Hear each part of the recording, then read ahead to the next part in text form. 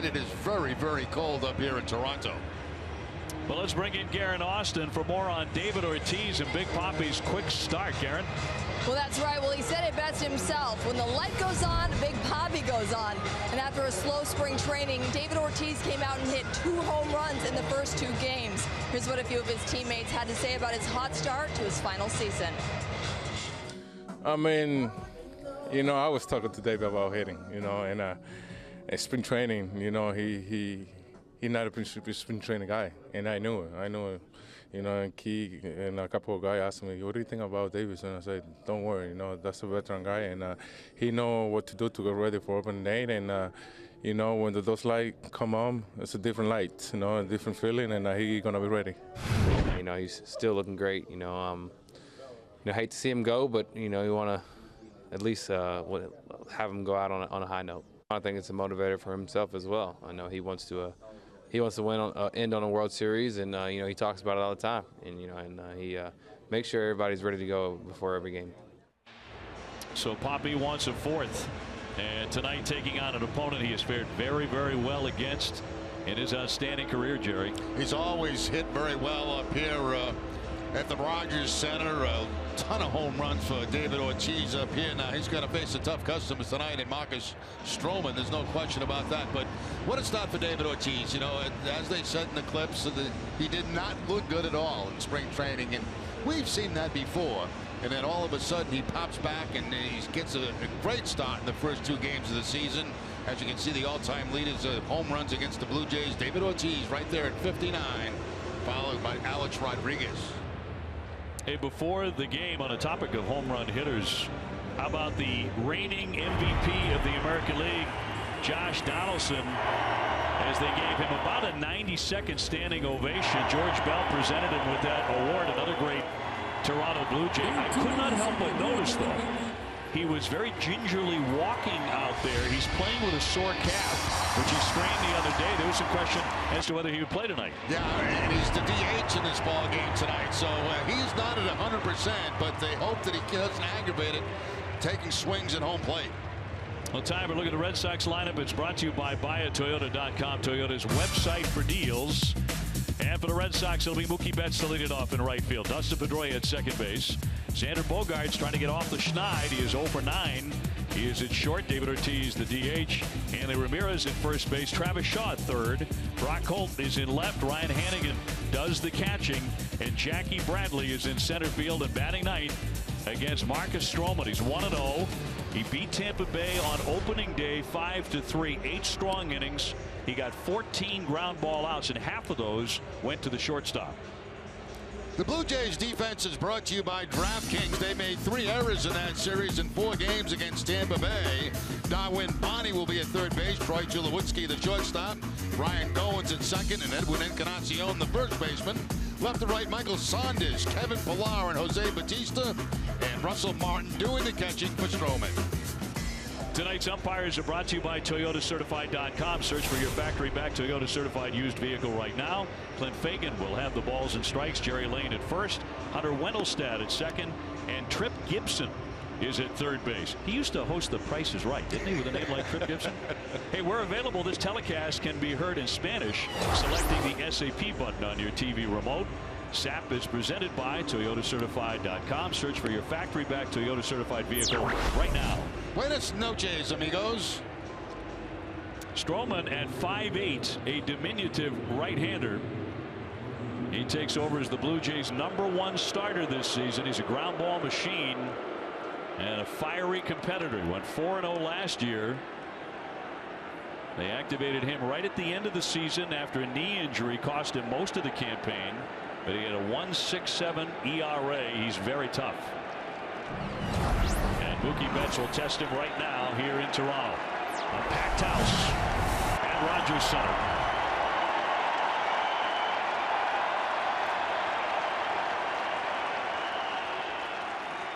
And the first pitch of the night is downstairs for ball 1, and we are underway.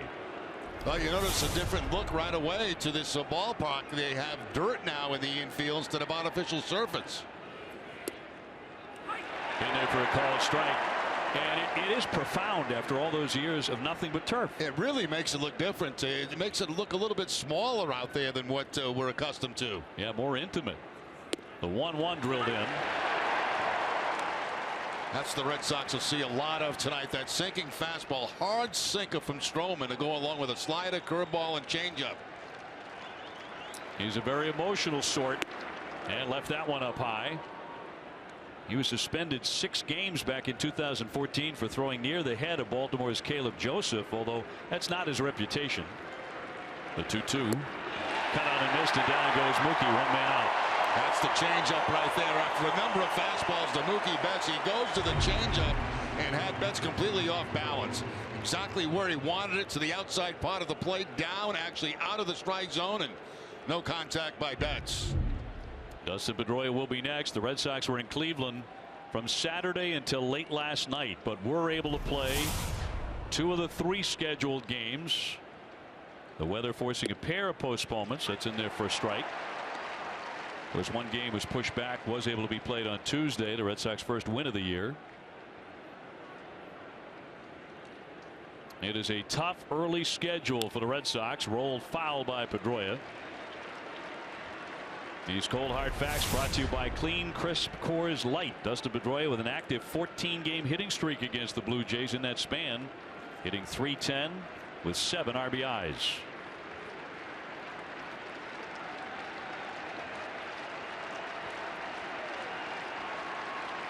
The 0-2 pitch. 2 down.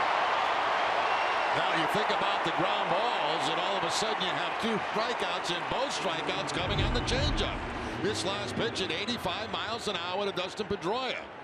So changeup to Betts away, changeup right here to Pedroia, and back-to-back strikeouts to start off this game for Stroman. Well, he has been tough against the Red Sox in 4 starts in his career, 4-0 with a 1.26 ERA. Well, there's Xander Bogaerts, who is 2 for 8 against him. And Xander takes low for ball 1. Red Sox need to get him going. He's off to an 0 for 9 start. It was the reverse for Xander last year. First week of the season, he was pretty hot. He went 13 for 30 and hit .433. Then he cooled off drastically, hitting just .200 over the next 27 games. And then for the rest of the season, he batted .335. That's a strike. But off to a chilly start here so far. 2 down and the base is empty. And the 2-1. Punch to the right side. Encarnacion will make it a fast inning. 1-2-3 go the Red Sox against Marcus Stroman, and Toronto's coming up.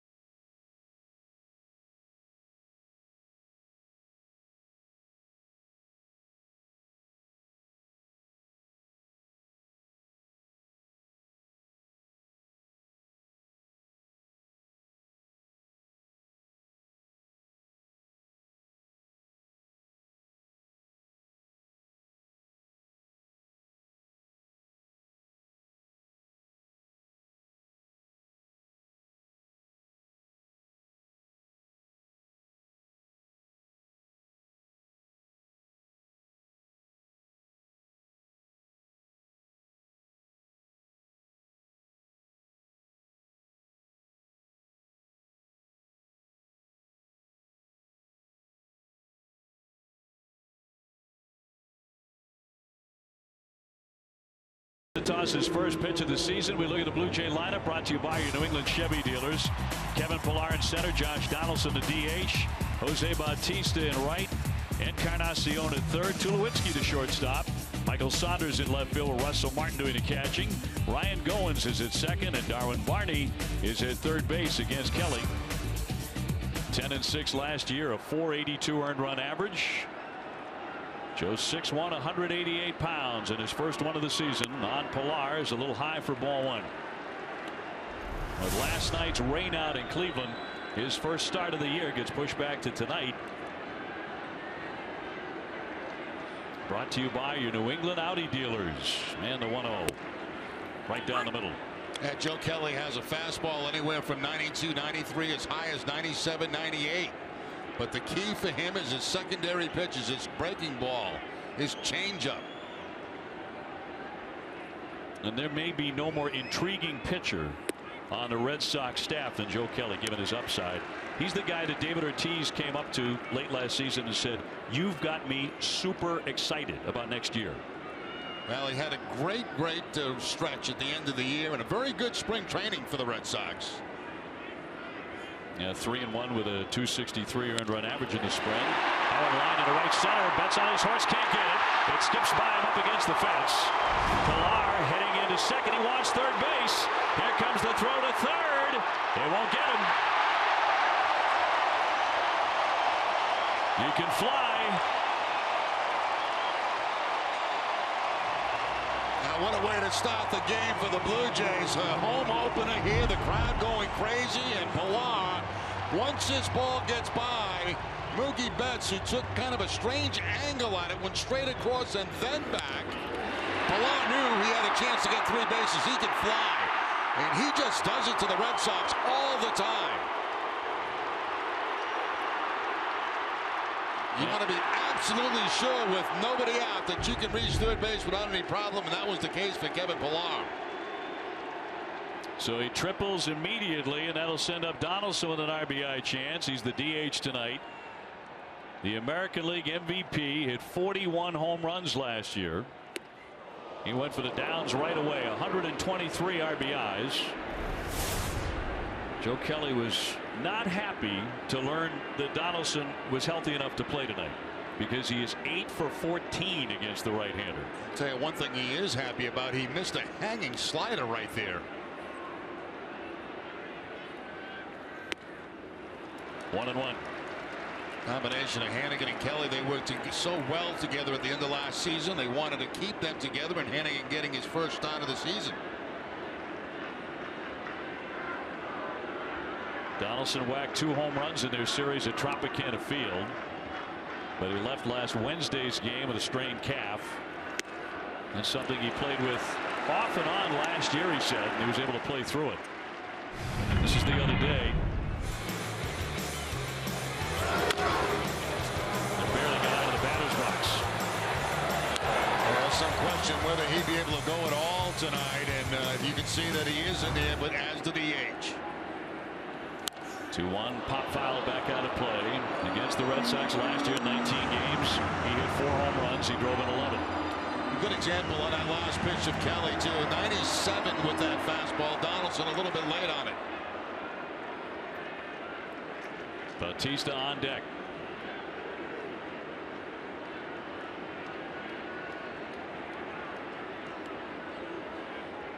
And the 2-2 to Donaldson.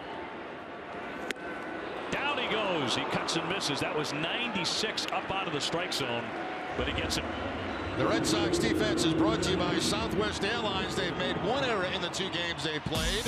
Travis Shaw will be at third base. Xander Bogaerts the shortstop. Dustin Pedroia at second. And Hanley Ramirez the first baseman. Left to right, Brock Holt, Jackie Bradley Jr. and Mookie Betts. And Ryan Hannigan doing the catching for Kelly. Bautista last year, 40 homers, 114 RBIs. He's still one of the 6 or 7 scariest hitters in baseball. Overthrown again by Kelly. That went at 98 on the gun. You got that strikeout on Donaldson on a pitch exactly where they wanted to go, up and in and out of the strike zone, and they got Donaldson to chase it. One man out, a huge strikeout of Donaldson. Right into the teeth of perhaps the best batting order in the major leagues here. Here's the 1-0 pitch. That's a strike. Let's go back to the Donaldson strikeout. You're going to see Hannigan. He wants a fastball. He wants it up and he wants it in. And that's exactly where he gets it. And Donaldson does chase that pitch that is up in the zone. Bautista does have one career home run against Kelly. He's 2 for 12 off Joe. Pilar leading at third. 2-1. Red Sox at this stage playing the infield back early in the ball game. All Bautista's going to do is make contact. Anywhere but back to the pitcher, you get a run. Bautista has hit 35 career home runs against the Red Sox with 85 RBIs. That's his most damage against any team. And absolutely loves Fenway Park. The 2-1. That's a strike. And he was angry at himself for not swinging at it. Yeah, had a nice fastball right down the middle at 97. And you don't see Bautista take many of those fastballs.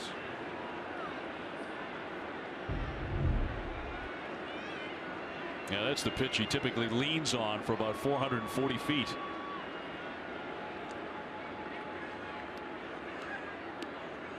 Kelly trying to put away another very dangerous hitter. Too high, 3-2. Try to do the same thing there that he did to Donaldson. Go up and in and see if he'd chase it.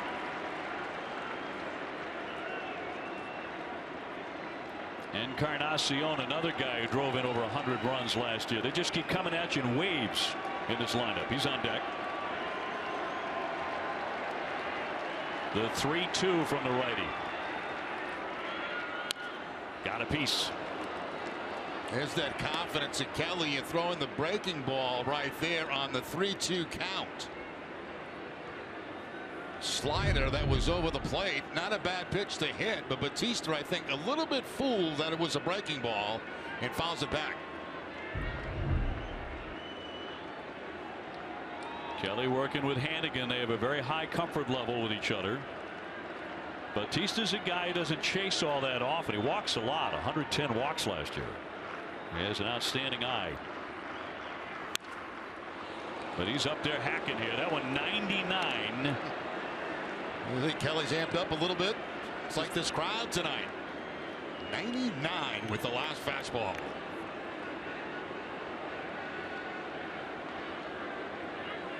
Bottom of the first inning on a big night for the Toronto Blue Jays. Kelly trying to keep him off the board here in the first. Pilar edging away from third base. The 3-2 again. And he walked it. So they'll be on the corners here for Encarnacion.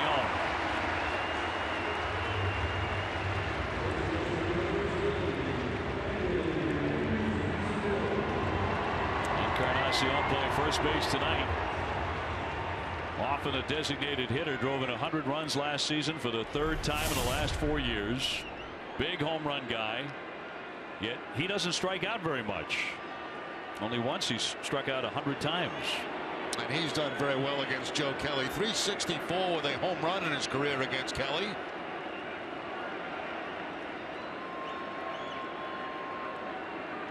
But a double play can get Kelly out of this. Now time is asked for. Toronto has said that re-signing Encarnacion and Bautista, both due to become free agents after this season, is a priority. But the talks have ended right now at Encarnacion. He told him he didn't want to negotiate beyond opening day. Didn't want that to be a distraction. So they're not talking. Into center field, charging in Bradley, coming on. He'll make the catch. Pilar's going to tag. Here's the throw, and it's offline, and the run is in. Encarnacion with the RBI to make it 1-0 Toronto. As a hitter, what you're trying to do in that situation is, lift the baseball. You don't want a ground ball because you don't want the double play. And Encarnacion is able to lift the ball deep enough to the outfield. It's a curveball toward the end of the bat. Not hit that deep, but Bradley's throw is going to be off target up the first base line. And a 1-0 lead for the Blue Jays. So good hitting by Encarnacion. I mean, situational hitting. Tulowitzki to dig in with a runner at first base and now 2 down. 1-0 Toronto in the first. I'll tell you what, Jackie's made 2 throws from center field this season. They have both been offline up the first base line. It's shocking when it's him. Yeah, you know, because it looked like he was in a position right there where he was going to make a good strong throw to home plate and maybe have a chance on Pilar. A called strike on Tulowitzki to shortstop, who had an opening day home run against Tampa Bay. He is 0 for 5 against Kelly in his career.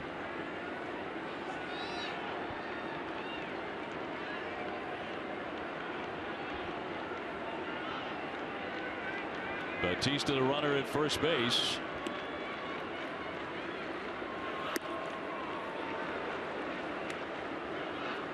One ball and 1 strike on Tulowitzki, and since he joined the Blue Jays last year, they are 34-11 when he starts. Winning percentage of .756.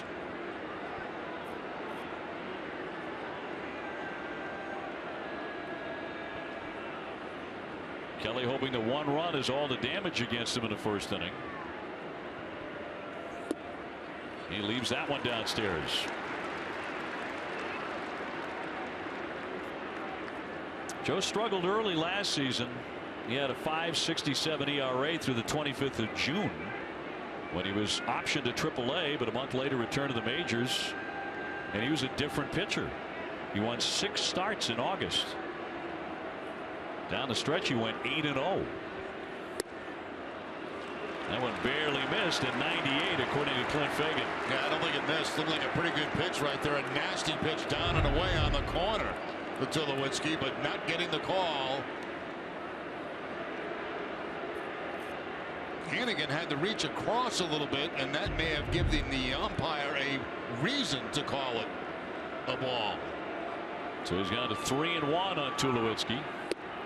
And now ball 4, so he's walked his second man in the inning. That'll put him on at first and second. And send up the left fielder Michael Saunders. So a lengthy inning all of a sudden for Kelly. Somewhat mindful of that long inning by Clay Buchholz the other night. Got him behind 4-0.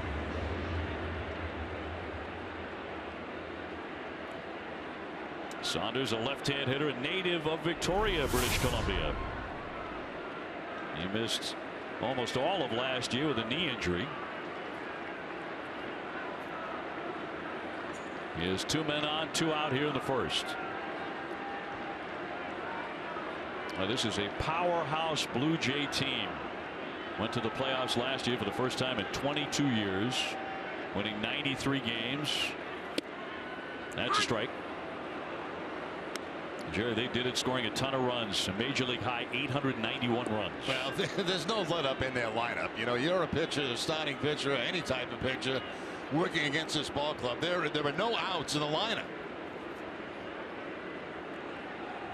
Of course, they also got a big lift from David Price, who went 9-1 here after the trade. Flared foul.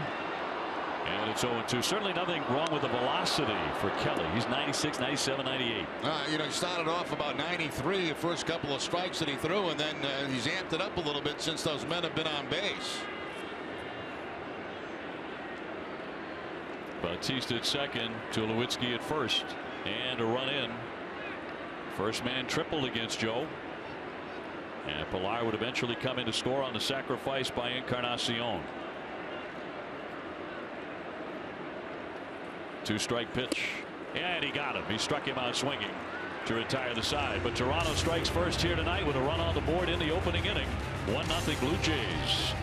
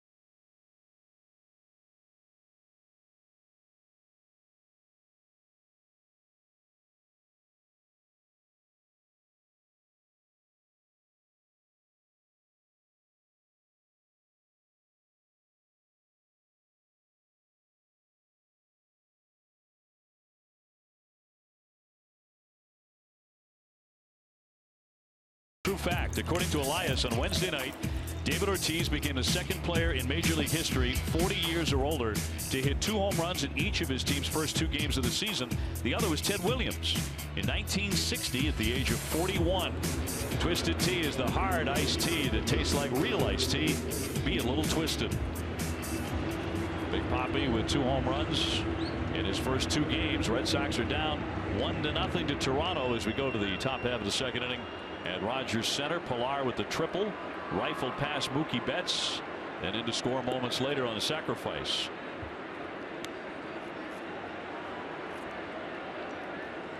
And the shift on immediately for David. It was 2 for 11 against Stroman. Big Papi turning 40 in November. But in Cleveland, everybody was asking us, cab drivers, folks in the restaurants and the hotel, what is he retiring for? Yeah. He's off to a great start. You know, I was talking to Terry Francona about Ortiz. He said he still scares me every time he comes to the plate. And Terry Francona said, I wish he had retired last year.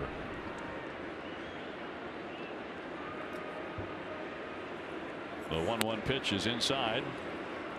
That pitch at 91 for Stroman, that's a cut fastball. That's the first time he's thrown anything other than a fastball or a changeup so far in this game. 2-1, lets it go for a strike. Again, 90 miles an hour. That note we just gave you about David hitting a home run at 40 in his first 2 games, he said, that's not going to make me feel any younger. At 59 career home runs against Toronto. Got a piece fouled it away off the catcher Martin. Back to those swings in Cleveland. And both fastballs on the home runs in Cleveland for David Ortiz on opening day. It's a cut fastball down and in and takes it out of the ballpark. And then on Wednesday, once again a fastball. Cut on and missed. Down he goes. That one tied him up. 3rd strikeout already for Stroman. He's fanned 3 of the first 4 Red Sox. Well, this is the guy that's taking over for David Price. I mean, they expect Stroman to be the ace of the staff. Slide it down and in that time to David Ortiz, a little bit off the inside edge. And that is a blind spot for a left-handed hitter. Here's Hanley Ramirez now, 249, 19 home runs last year. This is his first time facing Stroman. Off to a 4 for 8 start and taking ball 1.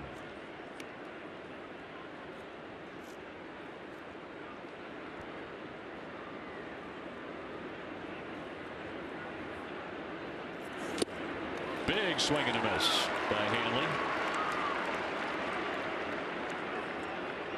We can really see the movement on that fastball. You know, 2 different types. The 4-seam fastball, the 2-seam fastball with sinks. That's the one that if there's contact, there's a lot of ground balls on.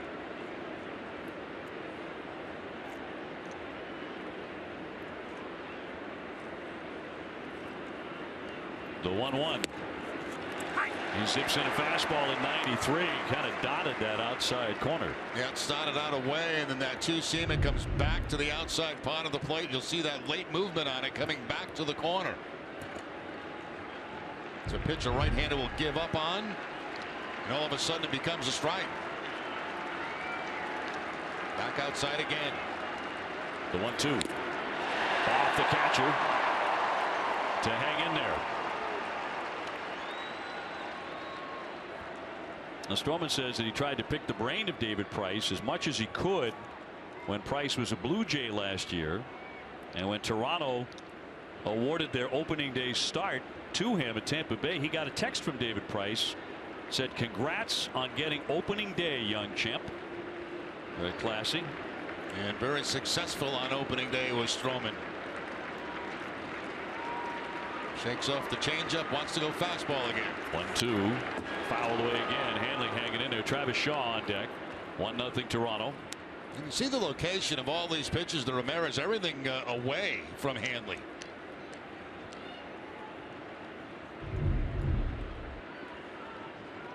See the pitch effects and everything so far, with the exception of pitch number 4, which is in the middle of the strike zone, but down, has been away from Ramirez.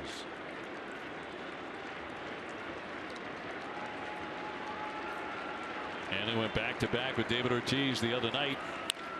Line shot, a base hit into left center field. So Hanley stays hot. He wants second base. Here's the throw, and he is out. We'll see if the Red Sox appeal on this. But Hanley Ramirez cut down, at least for the moment, at second base. John Farrell's going to find out if they should appeal. Well, Hanley immediately pointed to the dugout to appeal it. He feels like he did get in. Here's a throw from Pilar in center field. Ramirez trying to get a hustle double. Does he get the foot in around the tag? That's the question.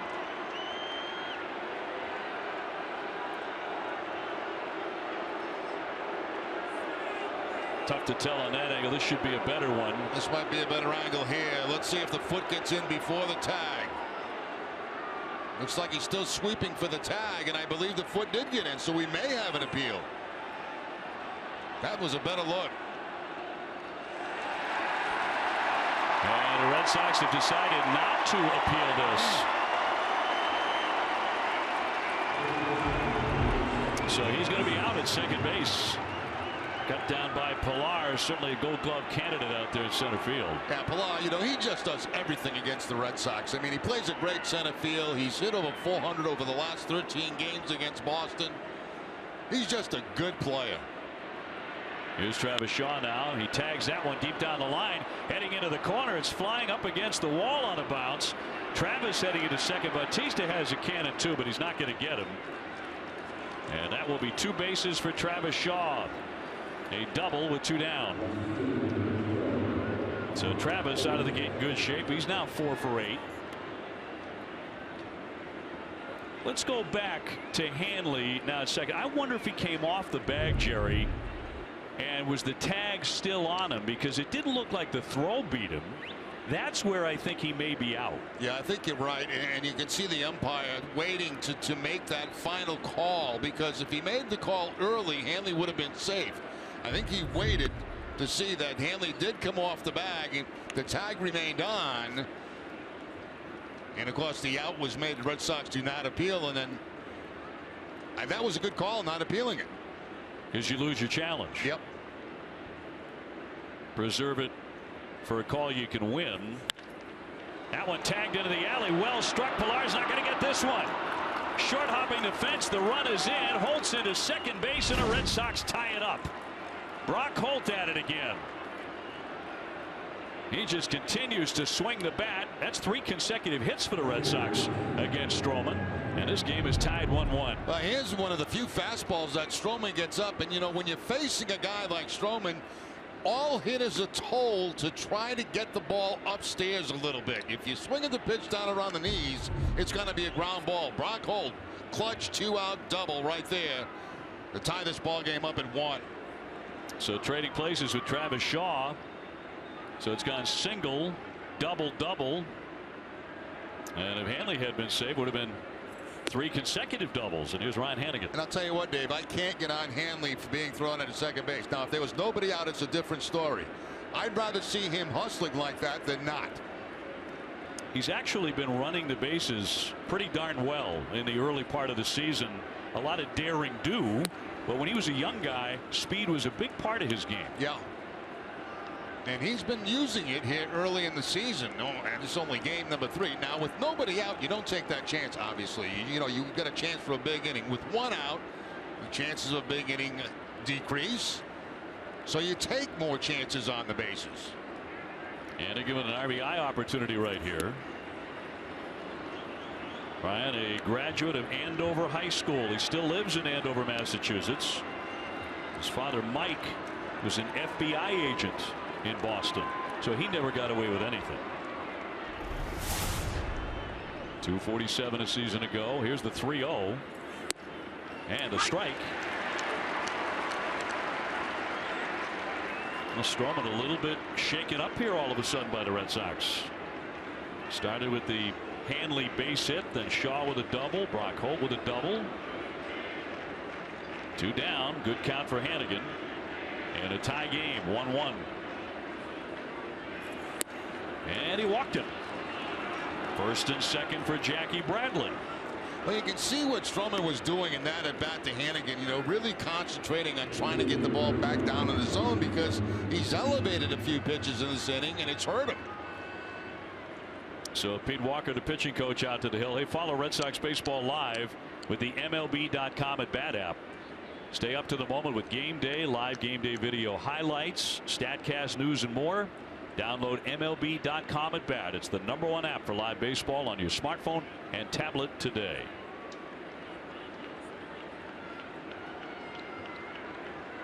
So Stroman a little bit unhinged after getting the first 4 outs very easily, including 3 strikeouts. The Red Sox showing early signs that this is going to be a potent offense. They scored 6 runs in each of the games in Cleveland. Ball 1 on Jackie, who is 0 for 6 in his career against Stroman with 4 strikeouts. I'd like to break that up right now.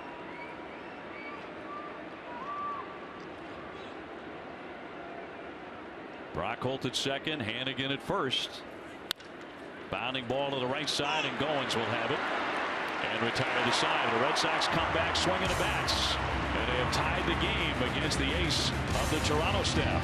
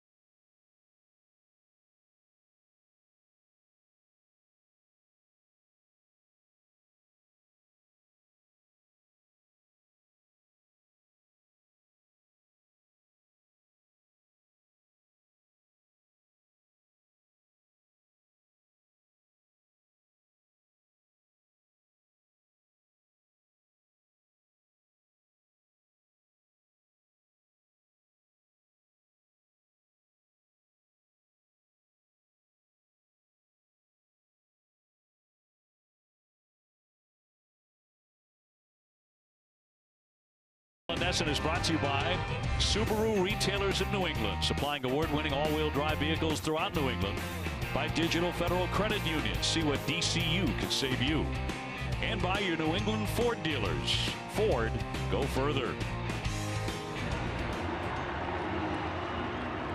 Brock Holt and the Red Sox rallying to tie the game against Stroman in Toronto. So as we go to the bottom of the second, it's a 1-1 game. Behind Joe Kelly, he'll get the bottom third of the order now for Toronto. Martin, Goins, and Barney. Russell Martin, a native Canadian, playing for Canada's only major league team. Huge part of Toronto's success. Hit .240 with 23 homers last year. Does not have a hit yet this season.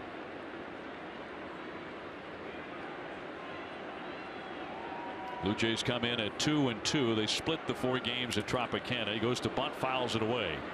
Anytime a bunter tries to bunt, they usually time it off a fastball. That time Kelly throwing the curveball, and you could see that it threw the timing of Martin off.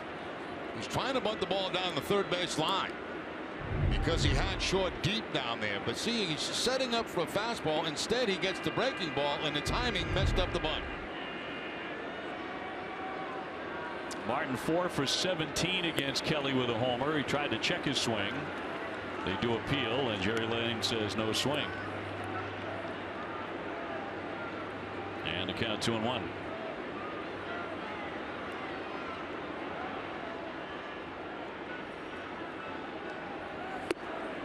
and missed. See, that's the ability right there we were talking about, OB. You know, when you're in a hitter's count, the ability to throw the breaking ball. That time the slider from Kelly, and it's a time where Martin was sitting all over a fastball. Instead he got the breaking ball. The Red Sox love the fact that Hannigan keeps it creative with Kelly. Swung on and missed, and down he goes. It's not just fastball, fastball, fastball. Right. That was a breaking ball again that time for the strikeout. Well, Student Nights presented by Selfio has returned for the 2016 season, meaning high school and college students can pick up tickets for just $9. For tickets and more information, visit redsox.com/students. Take a look at that last pitch from Joe Kelly. Again, he gives it the breaking ball, a slider that's going to be away and down from Martin, and an awkward swing right there. Here's Goins, their fine defensive second baseman. Joe, by the way, is a new dad. Joe Kelly, his firstborn, right at spring training. As spring training unfolded, and Joe tweeted out, husband to a great wife, Ashley, father to a handsome baby boy and 2 dogs, and stoked that I get to play a game for a living. Guess that about says everything, right? Yep. His son Knox Joseph Kelly. Very proud papa.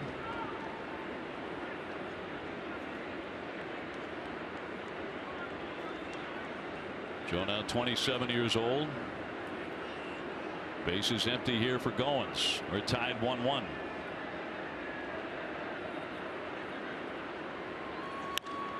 Punched in the air, but foul, slicing into the big crowd down the left field line. These fans have been waiting and waiting all winter. They're waiting for winter to end, frankly. Hasn't yet. No, not quite yet. But they couldn't wait to get here and celebrate what the Blue Jays did last year. First time in 22 years making it to the postseason.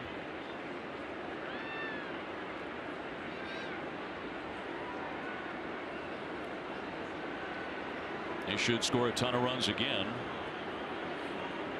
The 0-2. A nice try by Kelly.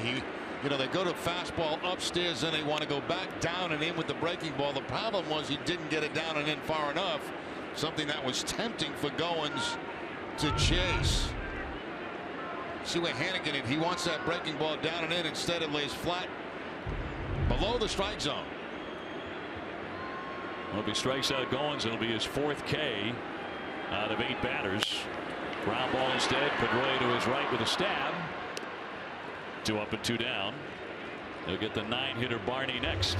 Now we touched upon the infield, Dave, and it certainly is a different look here at Rogers Center. They've cut the dirt pot in around the infield of this one-time all artificial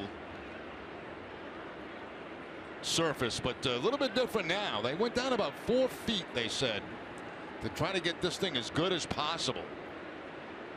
There's mounds and mounds of dirt. A strike to Barney. Here's the old look.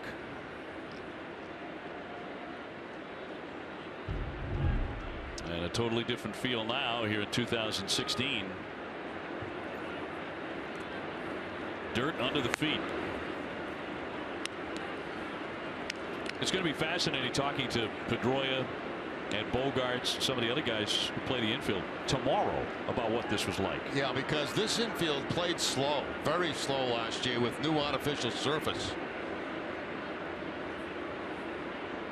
The 1-1 wrapped up the middle. Bogarts with a diving knockdown, but no play, and it'll be a base hit for Barney. So that'll be the 2nd Toronto hit tonight against Kelly. So there's what the difference is going to be right there, because on the old surface, that ball would, you know, I don't think Bogarts would have got a glove on it. This time it does slow down a little bit on the dirt, and he's able to at least dive to knock it down or make an attempt on it. He's not going to throw him out at first base anyway, even if he plays that ball clean. So a man on for Pilar, Kevin Pilar. He tripled to start the game for the Blue Jays. And then Encarnacion brought him in a couple of batters later with a sacrifice that made it 1-0 Toronto. The Red Sox rallied to get a run on 3 consecutive hits in the 2nd inning off Stroman. And we're tied up 1-1. timeout asked for and granted kind of late there by Clint Fagan. Kelly holding on to the ball a long time. You know, I would expect the possibility anyway of Barney trying to run in this situation. You get the leadoff man at the plate in Pilar, so 2 outs, you might want to try to get him in a scoring position. Pilar 3 for 10 lifetime against Kelly. A strike. Pilar really one of the best defensive center fielders in the majors. He'll compete for the Gold Glove this year with Kevin Kiermaier, Tampa Bay, Jackie Bradley, Mike Trout. Jackie made a wonderful play the other day in Cleveland. A diving stab in right center.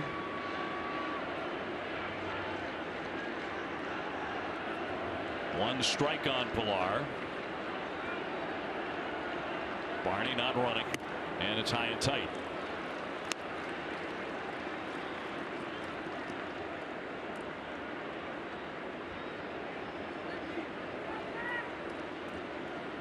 Pilar once hit safely in 54 consecutive games in college. Division II at Cal State Dominguez Hills. Remember Robin Ventura had a 58-game hitting streak in college? I don't. 58 straight at Oklahoma State in 1987. One fouled back up our way. There's a Cal State on every corner in California. There is. You want to go. If you want to go to college, you're going to Cal State. Cal State, California. Everywhere you look. He played for Dominguez Hills. Canada loves him. He's from West Hills, California.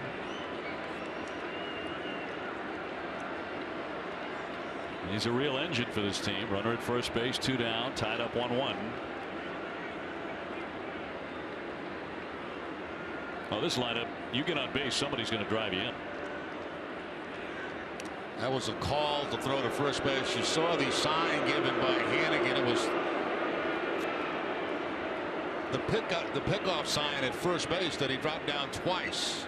They expected Barney to run with 2 strikes. Barney, former Chicago Cub and Los Angeles Dodger, now over in the American League. A ball, 2 strikes on Pilar, who doesn't walk much.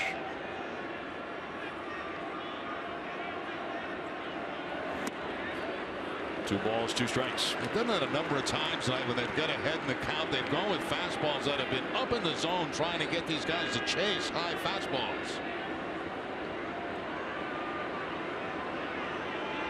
Donaldson would be next. He struck out his first trip tonight.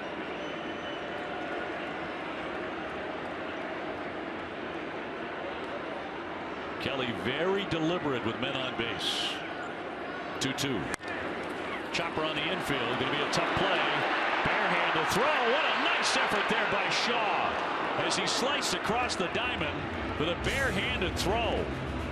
Looks like he's been playing that position in the majors for 10 years. We're tied 1-1.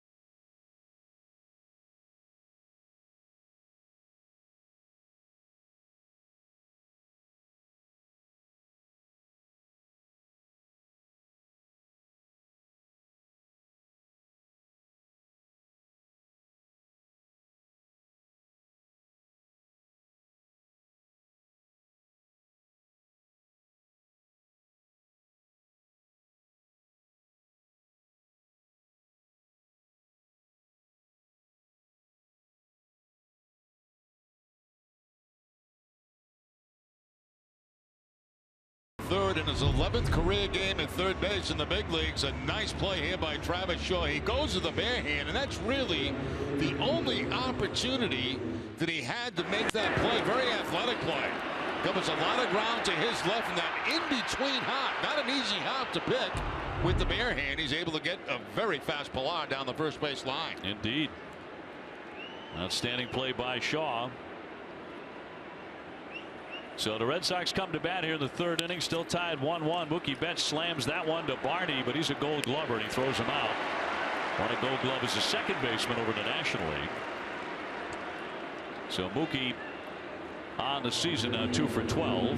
I can see why Betts jumped on that first pitch too, because it was one of those sinkers that was high in the zone, about belt high, and you know that's as a hitter, as we mentioned before, what you're trying to tell yourself, make him get the ball up.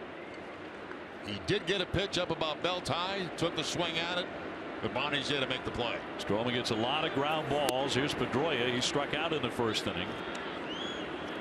So Petey 0 for 1. He's 4 for 8 with a double off Stroman.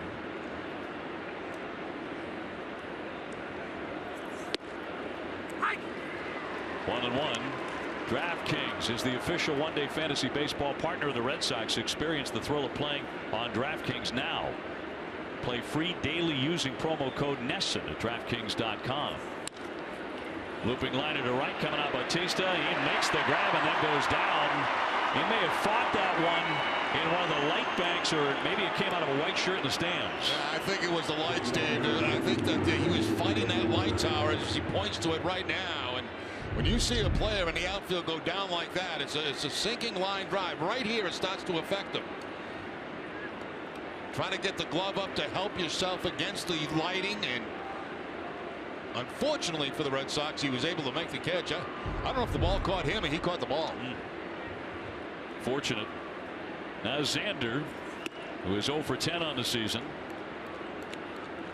He grounded out to first in the first inning.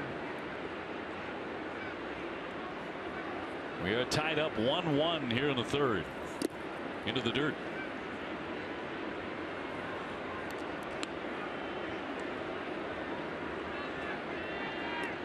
Stroman made only 4 starts during the regular season last year, coming back from that torn ACL in his left knee, which he suffered in spring training. Then he came back against the Red Sox on September 18th, and as you mentioned, Sherry, he's very tough against the Sox. That was a 6-1 victory in his first home game all year. He's a very impressive young pitcher. Very impressive. The 3-0. That picked up the corner for a strike, St. Clint Fagan. David Ortiz would be next. Stroman works quickly. Strike 2. Again, that sinking fastball down and in on Jada Bogaerts. They shade Bogaerts slightly to the opposite field, and especially with 2 strikes on him. First full count for Stroman. Popped him up. The catcher Martin ranging back, but that's going to be over the top of the netting. There's another big game for the Bruins tomorrow at the Garden. The Bees' final regular season game at 11:30 a.m. on NESN Plus. That's when the pregame gets underway. To find your NESN Plus channel, visit NESN.com/NESN Plus. A giant game for the Bees, trying to get into postseason play. 3-2 on Xander, 2 down. Lined into right field, and finally he has himself a hit for the first time this season. Now that's the Bogaerts swing right there, especially with 2 strikes. That inside out swing on the fastball, taking it to the opposite field. Hands inside the baseball, head on contact, and Bogaerts shoulders a little bit more relaxed now after picking up that first base hit. To him, it might have felt more like 0 for 25 or something. Yeah. You have to wait for that first one at the beginning of the season. It's tough. David Ortiz with a chopper along first, but a foul ball. Poppy 0 for 1 with a strikeout. David moved into sole possession of 26th place on the all-time home run list the other day. Number 505, passing the Hall of Famer Eddie Murray.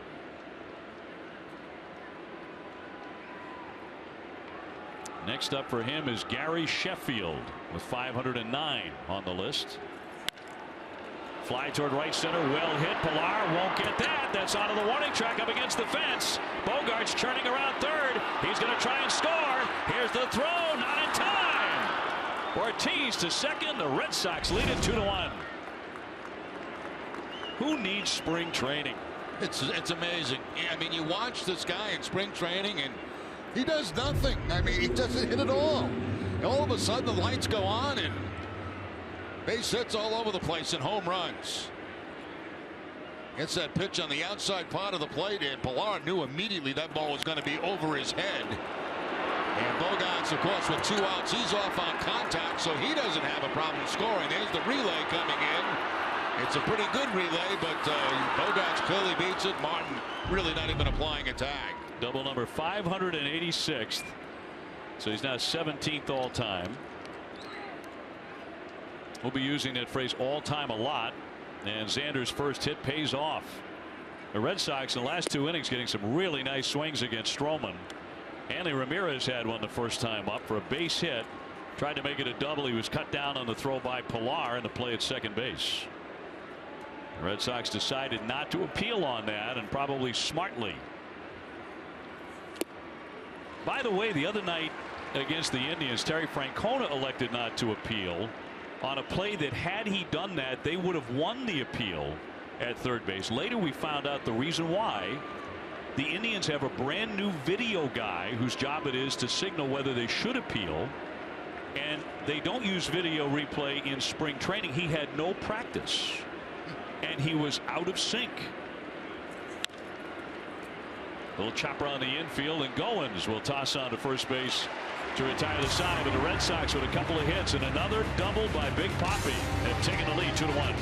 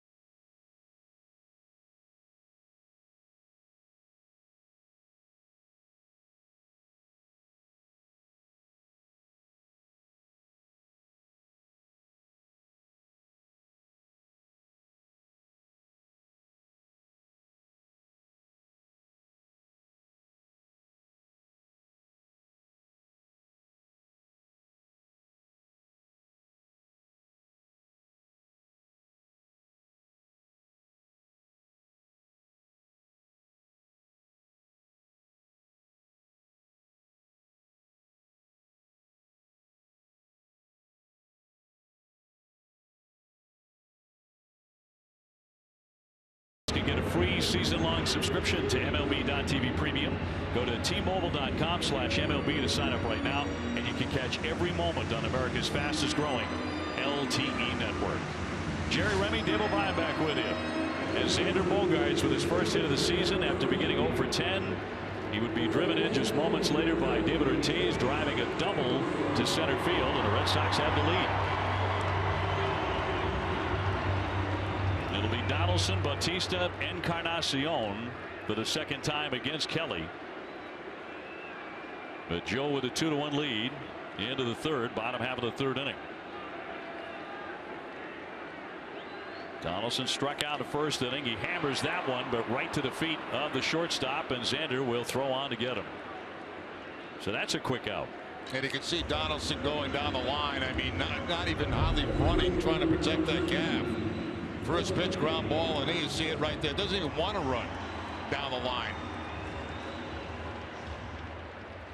I'm sure they have instructed him not to try to run if it looks like you're going to be out because of the calf problem.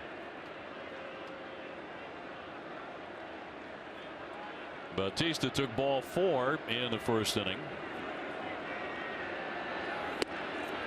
Tried to check, but it's in there for a strike.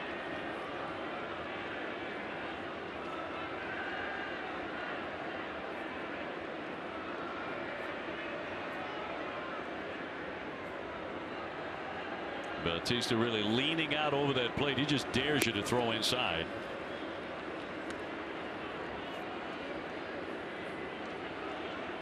One and one to count.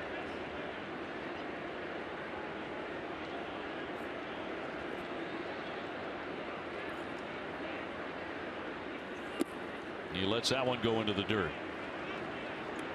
First pitch fastball and back-to-back sliders by Kelly, and not attempting enough those sliders for Bautista to chase. Is such a good eye, very patient hitter. He has more walks than strikeouts over the last 5 seasons. 474 walks, 460 Ks. Wave and a miss half-heartedly. That's the key, Dave, we're talking about with Kelly. You know, those hitters counts, 2 balls, 1 strike. You can see Bautista clearly looking for a fastball, and he gets the breaking ball. He gets the slider. That's how Kelly has to be successful.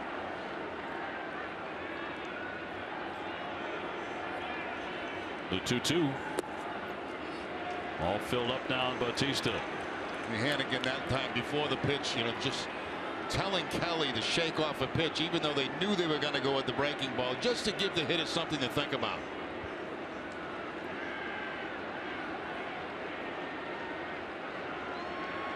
Second full count for Joe Kelly.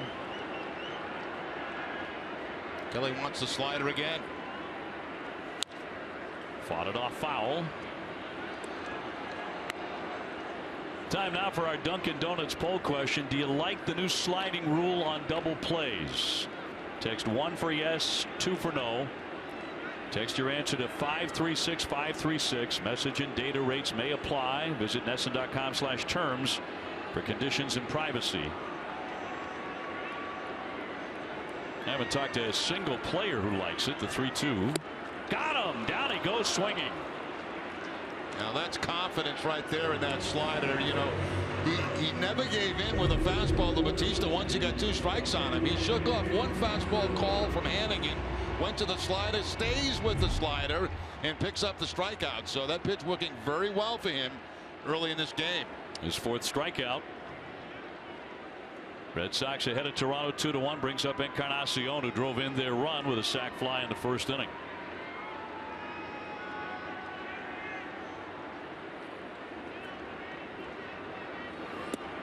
He starts him off down and in for ball 1. Both Joe and his wife Ashley are noted for their sense of humor.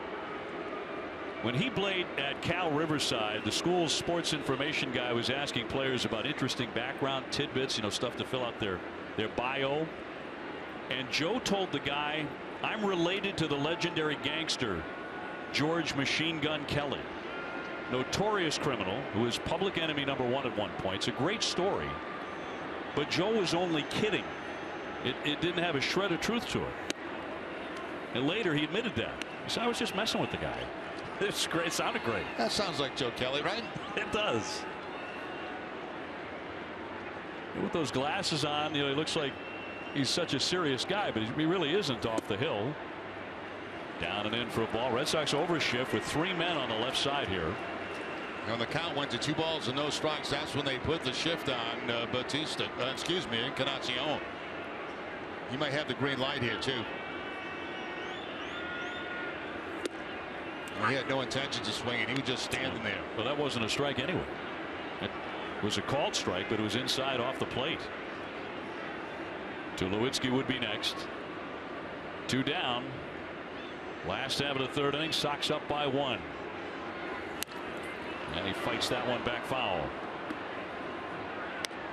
You want to sit in the most iconic seats in baseball.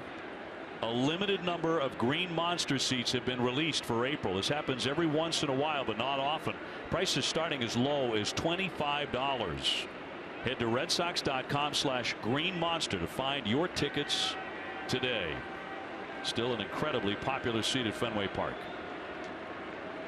Pedroia moving back to the other side of the infield now on the 3-2 count. Just a little bit low. He barely missed with that one to walk him. So no 1-2-3 third inning for Kelly. That's his third walk of the game, and Tulowitzki will climb in next. That's a pretty good pitch right there by Joe Kelly.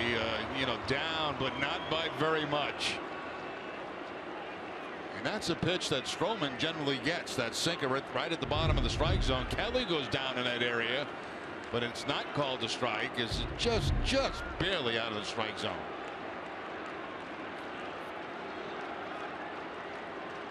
Tulowitzki took ball 4 in the first inning. Red Sox on top 2-1.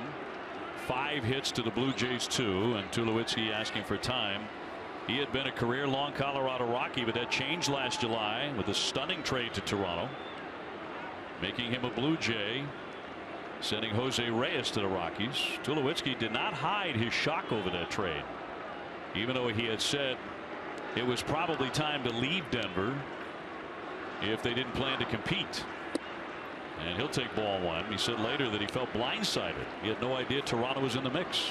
Well, they certainly got into the mix very quickly after they got him and David Price, didn't they? So did he when he made his debut for Toronto. He homered and doubled twice. He's been a heck of a player.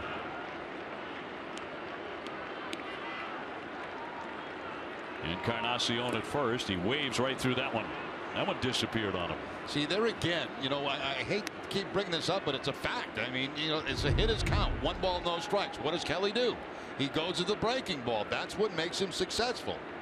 Those hitters are sitting on fastballs in those counts.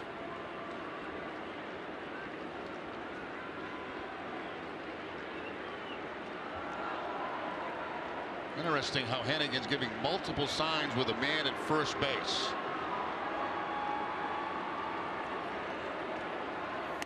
High and tight under the chin. That was at 97. That'll get your attention. That's a fastball running back inside on Tulowitzki, and he was diving out over the plate and had to quickly get back out of the way. Now, getting back to Hennigan with the man at first base, sometimes, you know, it could be the Red Sox feel that maybe the first base coach could be getting signs, and so that for that reason they'll throw multiple signs now with the man at first. 2-1 hit sharply right to the shortstop. Xander with the underhand toss to Pedroia to retire the side. So nothing comes of the ball 4. Best inning so far for Joe Kelly. Red Sox leading Toronto 2-1.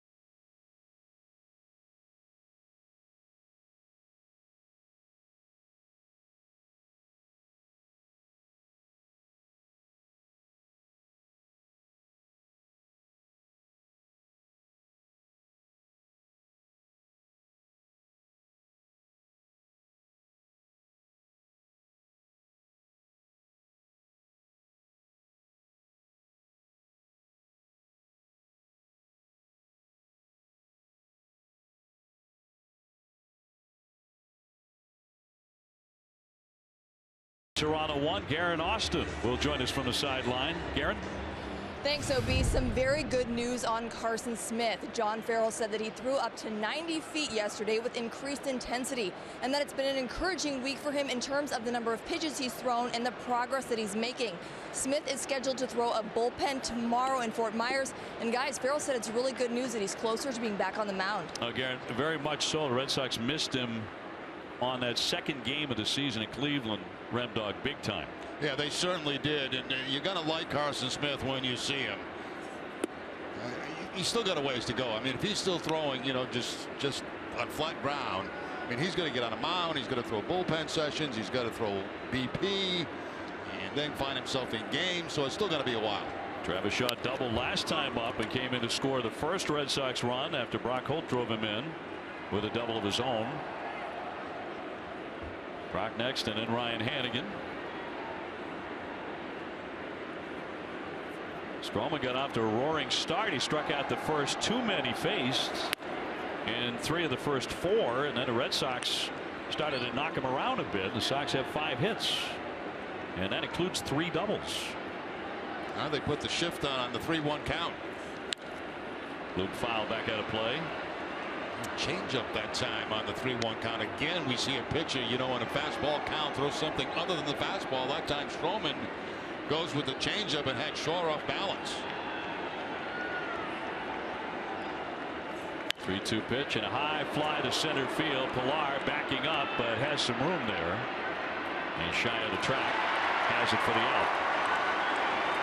The 2016 Red Sox season underway. Be sure to download the Red Sox schedule directly into your favorite desktop, web, or mobile calendar program. Visit NESN.com/schedule and download today. 1 away. Brock Holt next. Brock starting his season hot, 5 for 9 with a home run.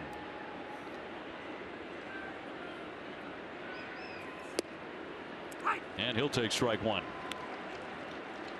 With this tough early schedule, only adds to the urgency to this opening month for the Red Sox, and just critical to play well early.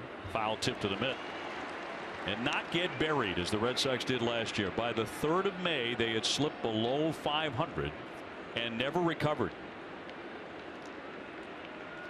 Red Sox facing the reigning division champs 7 times in the next 10 games. That's inside for a ball. That's certainly a challenge right out of the chute. 3 games here in Toronto, 4-game series at Fenway.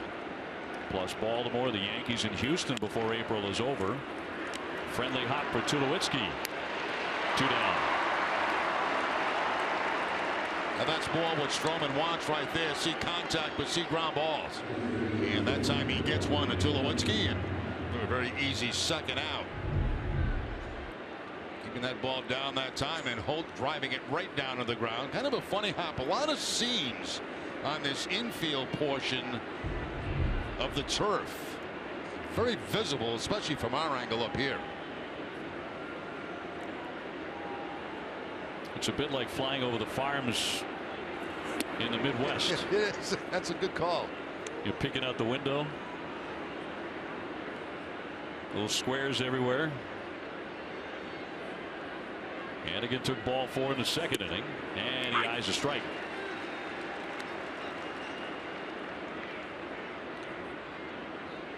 Jackie Bradley Jr. would be next. Red Sox ahead 2-1 here in Toronto. Just a little bit low. Red Sox finished last year, as you know, in the American League East, but they actually had a winning record against these division champs. They went 10-9 against Toronto. Loop toward right. Bautista ranging back. 1, 2, 3 go the Red Sox here in the 4th inning. To the bottom of the 4th. Boston 2, Toronto 1.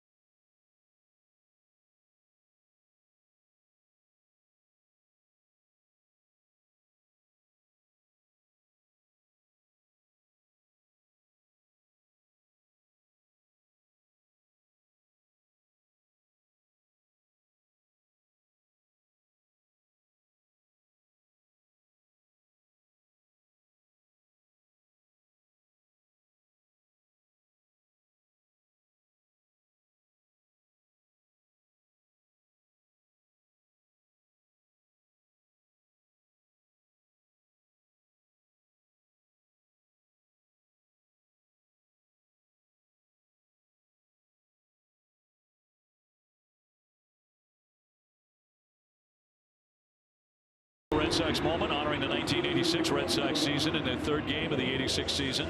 The Red Sox beat the Tigers 4-2. Sox starter Al Nipper went 8 2/3. He struck out 6 and got the win. Jim Rice, who's in our studio tonight, 1 for 4 and 2 RBIs. Michael Saunders to lead things off here in the bottom of the 4th inning. 2-1 Red Sox in front. Jerry Remy, Dave O'Brien, Garen Austin from Rogers Center. I was on a cruise with Mr. Rice this past winter for a few days, and every morning I saw him at breakfast. He was dressed like he owned the place. Oh, you know, we could not see the pregame show tonight, but I'll bet he had his A game out there today. And on that cruise, I mean, everybody who saw him with, he must be the guy who owns the boat. I mean, that's how good he looked. Like $1 billion every day. 1-1 on Saunders. He whiffed in the 1st inning. Kelly has pretty good stuff tonight. Yeah, he does. You know, he's got life on the fastball. The impressive thing to me over the last couple of innings, the fact that he's thrown those breaking balls and hit his counts, and I think that's made a big difference for him. Saunders with a little bit of power back in 2012 with Seattle. He had 19 home runs. And that one just misses at 95 to make it 3-1. Now, he's had a couple tonight, 2 at least, that have been down in that same area that have not gone his way for strikes. We're telling pitchers keep the ball down. He has, but he has not gotten the call. He has walked 3 men. The 3-1. Lined into right field. That'll drop down for a base hit as Betts picks it up on one big hop. So Saunders is on to begin the 4th inning. Catch an all new Behind the B on Monday. Go behind the scenes with the team during the final stretch of the regular season, trying to make it to the playoffs. A can't miss episode of Behind the B Monday night at 7:30. There's a case on a 3-1 pitch. They do come with the fastball. They wanted that pitch a little bit away on the outside part of the plate. It stayed in, and of course the result was the base hit. Here's Russell Martin. He struck out first time up. The catcher, 23 home runs a season ago for Toronto. He looks at ball 1.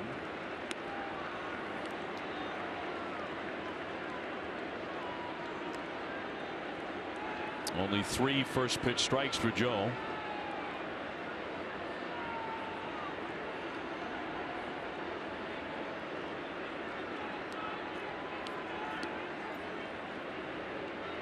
And a 1-0 to Martin. That's off the corner.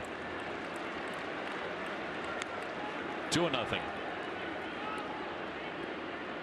Martin, a highly respected game caller. He's a superb framer of pitches, and he's a Gold Glove winner. He's one of the real leaders of this Toronto club.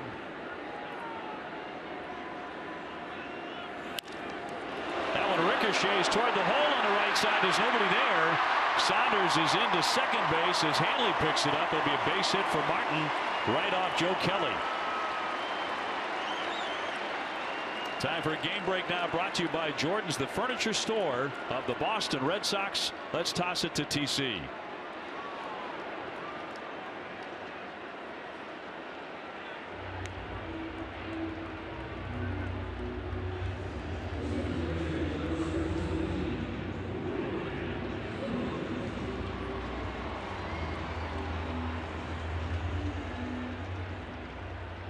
Big time, 6 already. Thank you, TC. Take a look at that last play to ricochet of Kelly. Yeah, it's supposed to rocket right back up the middle and off the looks like the right leg of Kelly as he comes in his follow through, and the way it deflects off, there's nobody there because Pedroia is heading up the middle to try to make the play on that ball if it gets by Kelly. Well, nobody out. Runners at first and second. Red Sox with a 2-1 lead at the moment. Here's Goins, who's 0 for 1 with a tapper to second. He lines it up the middle for a base hit. Bradley charges, and Saunders will stop at third base. That's going to load him up on 3 consecutive singles. First ball, fastball right there from Kelly, and Goins all over it with a line shot up the middle. So that's back-to-back balls hit up the middle very hard. And that actually wasn't that bad of a pitch. I mean, it was tailing away. I think Goins just did a very good job making contact there, and solid contact up the middle. So now no place to put Barney, and with nobody out.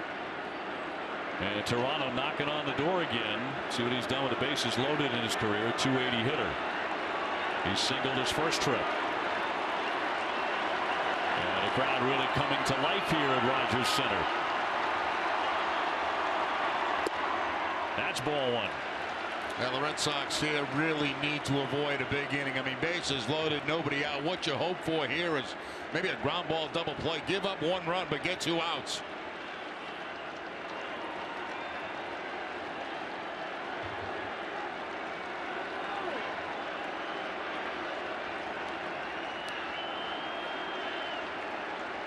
The 1-0 from Kelly. Man, that ball's got to be a strike. Call the ball. I'm begging now. I mean, there's been about 3 of them now that have been right on the borderline and have not gone Kelly's way. This is a slider, and that's exactly what you want it. 2-0.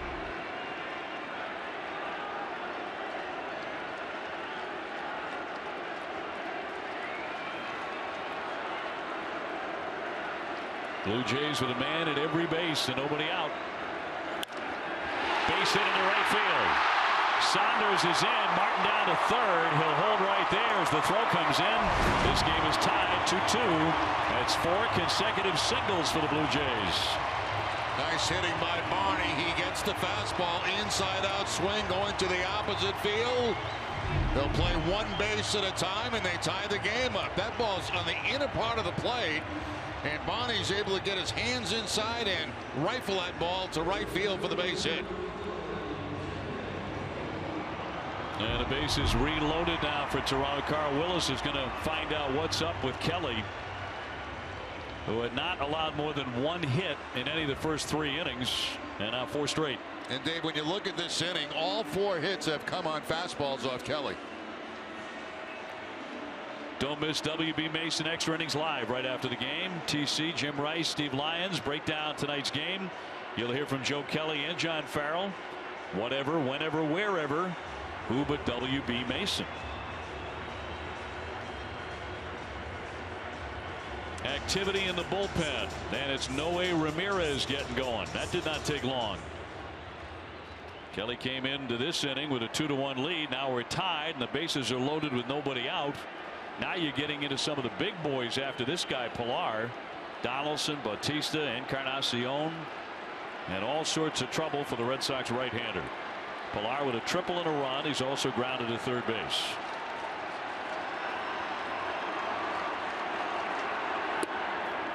Ball 1. Joe Kelly's pitching line brought to you by Ace Ticket. Up to 75 pitches.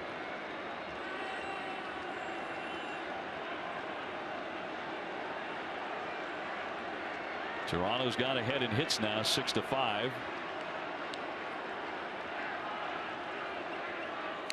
Foul tipped into the mid.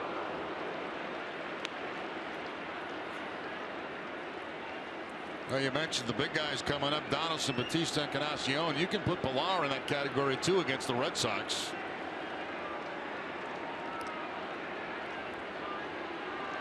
All over the previous 12 games before tonight, he was hitting .392 against the Sox pitching staff. And he's 1 for 2 in this one. Here's the 1-1. Popped him up. Hannigan going back to the netting, but it's over the top into the stands. Oh, Pilar's going to be really, really disappointed in himself on that swing because he had a hanging breaking ball right there that just kind of laid flat out over the plate, and he fouls it off. Watch for the location of this pitch. Not exactly where Kelly wants it. That's a good pitch to hit, and he just pops it back.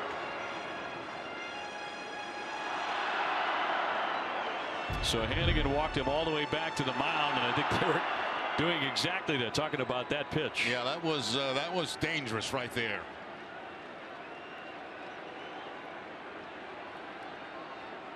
That's Martin at third, Goins at second, Barney at first. We're tied 2-2. Kelly's 1-2. Again fouled away by Pilar. And he got almost the same pitch that time.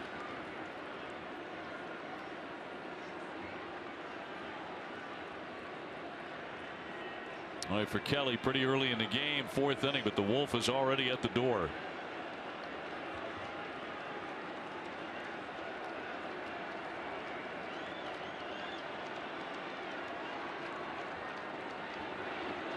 Very deliberate with the bases loaded and the 1-2. Oh, he knocks him down. He hit him. Pilar quick to get up. He will take his base. That'll force it a run. That was a 96-mile-an-hour fastball. That was scary. Yeah, it's very scary. It's good to see Pilar able to bounce back to his feet. And Toronto has just taken the lead.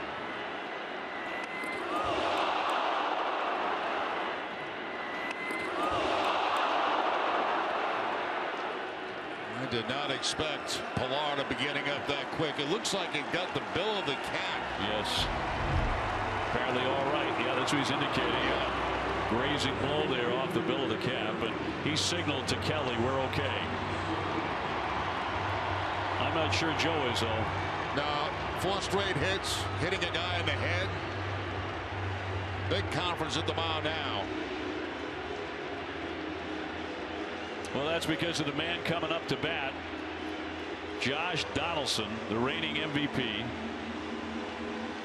who has been quiet so far tonight with a strikeout and a grounded to short. Not very quiet with the bases loaded in his career. .429 with 1 grand slam. 3-2 Toronto. The hit batsman drives in a run. They are reloaded.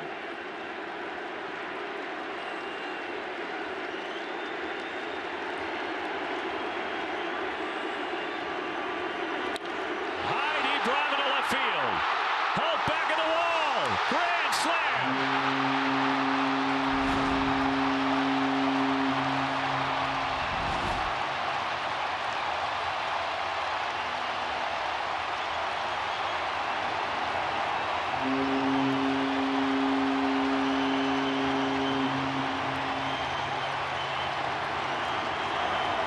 Joe Kelly has got away with a couple of hangers this inning. He did not get away with this last one to Donaldson. Well, here comes John Farrell to take him out of the contest. Single, single, single, single, hit batsman, grand slam, and goodbye Joe Kelly.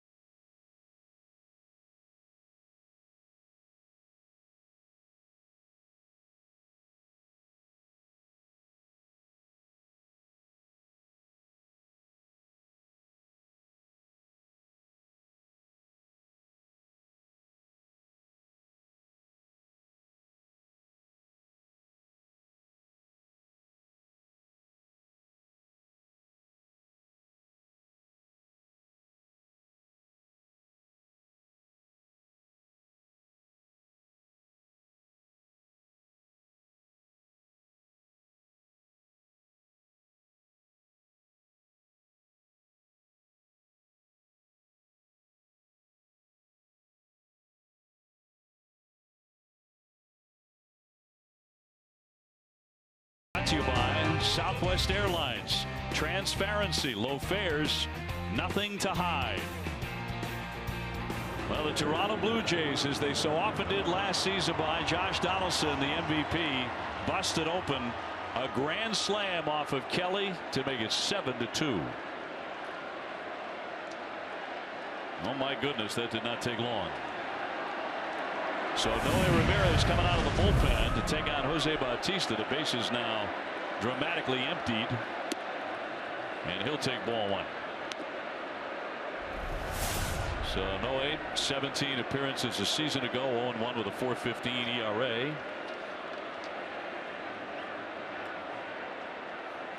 Just trying to keep Toronto from adding on any more here, as Kelly is dispatched rather rudely here in the 4th inning.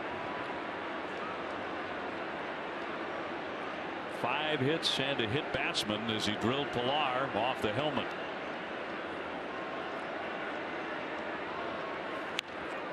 Fouled back out of play by Bautista. You know, sometimes too, Dave, you wonder, you know, after Kelly giving up 4 straight hits, then hitting a guy in the head, you wonder if the move maybe could have been made before it actually was, before he gave up the home run, because they're a little bit shaken up. You know, the hitter certainly is, and so is the pitcher in that situation. 1-2 waved at and missed, and Bautista went chasing, and down he goes on strikes for the 2nd time. Back to the grand slam. Yeah, now watch where Hannigan sets up where they want the breaking ball away, but look, it lays flat inside, and MVPs don't mix those kind of pitches.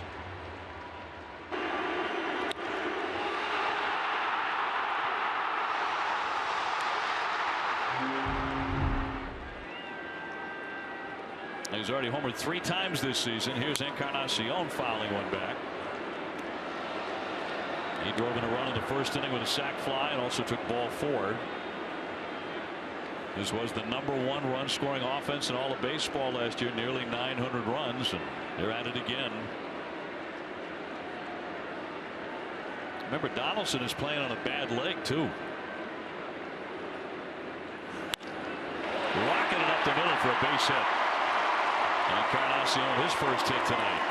Now this is what you expect out of the Blue Jays. I mean, incredible offensive ball club, very, you know, strike quick offense, which they did in this inning. They have 6 hits here in the 4th. And now Tulowitzki to bat. He becomes the 9th Toronto Blue Jay hitter in this inning. He's walked and hit into a fielder's choice so far tonight. 7-2 Toronto. And a strike.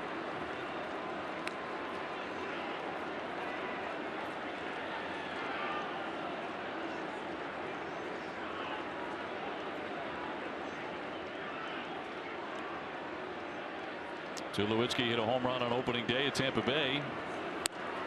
He looks at one well outside. Well, in the cases of both Joe Kelly and Clay Buchholz, when a lot of people were really hoping, including themselves obviously, that they would get off to a great start, it was anything but.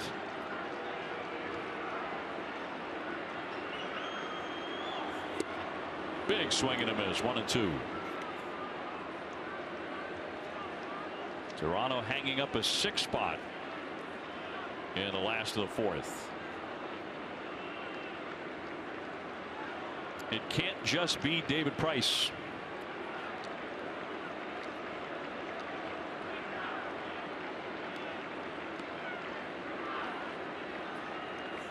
One, two. Did he check? He went, according to home plate umpire Clint Fagan. So that's strike 3 on Tulowitzki, and 2 men out. Now the man who started it, Michael Saunders. Yeah, 2nd appearance for Noe Ramirez of the season. Pitched an inning in the 3rd against the Indians in that series in Cleveland. Couple of strikeouts with breaking balls since coming in the ball game. But well, back to your point about, you know, somebody's got to get it done after David Price. I mean, there's no question about that. And both starts have not been good ones. Buchholz or Kelly today. Saunders with a bounding ball, and there's a knockdown by Pedroia. He lunges and he can't get it out. So it would look like it was going to be the 3rd out of the inning, and finally an end of the 4th. It continues. We'll see how they rule on that. Pedroia had a range to his right to make that play. I see where Pedroia is playing, and he has to go Actually, that's a ball that he normally makes right there. That ball bounced up high. I thought it was a little bit lower than it actually was. But it's tough to give a guy an arrow when you go diving for a baseball, and I think that's going to go as a base hit. It is an infield single. Sauter's second hit of the inning. So here's Martin, who already has one hit in this inning. Toronto tried to add on. They have a 7-2 lead now, 9 hits in the game, and 7 in this inning. It has been an ugly frame. Strike one.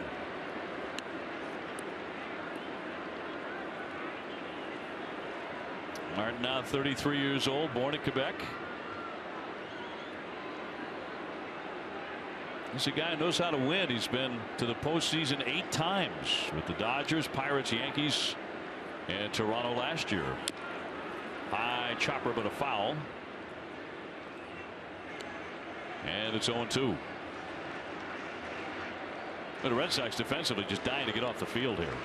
They've been out there forever here in the 4th inning. Now this has been a very, very long inning and a very bad inning for the Red Sox, putting them down by 5.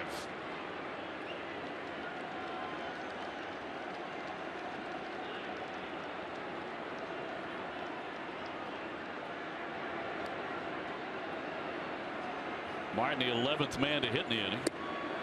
Cut on and missed, and down he goes, and finally that is over, but not before Toronto scores 6 times. Joe Kelly giving up the grand slam to Donaldson.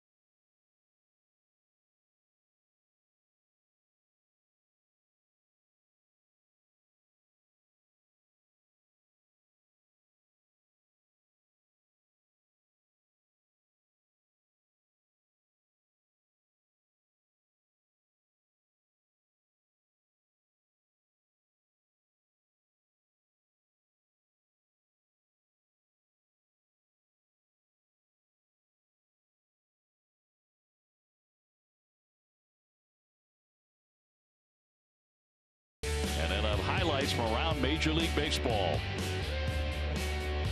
Now the Toronto Blue Jays have opened up a 5-run lead here by a very tough pitcher in Stroman, who hasn't been great tonight. He has allowed 2 runs and 5 hits, but he does have a 7-2 advantage.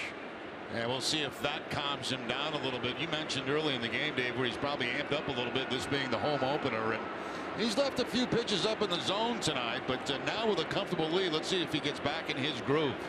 Jackie Bradley was started off against him, taking a strike. Jackie grounded a second in the 2nd inning. Mookie Betts next, then Dustin Pedroia in the 5th. Red Sox trying to chip away at a 5-run deficit. 1 ball and 1 strike on Jackie. Jackie 0 for 7 in his career against Marcus Stroman.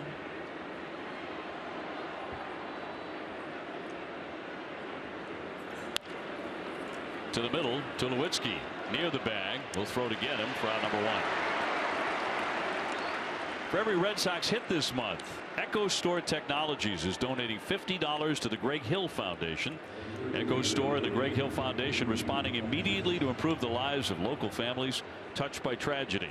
Echo Store Technologies, your data center solutions provider. Mookie Betts is 0 for 2 with a strikeout and a tapper to third base. So Mookie off to a 2 for 12 start. Tuesday, he became the first Red Sox player in history to leave the yard in consecutive opening days before turning 24 years old. Barney will dig that and throw him out. 2 fast outs. Twice tonight he's grounded out to third base. Once on a fastball back in the third inning. This time was the changeup. 2 up, 2 down for Dustin Pedroia. Twice tonight he's got him on a changeup. First inning for a strikeout, and the 5th inning for the ground out to third.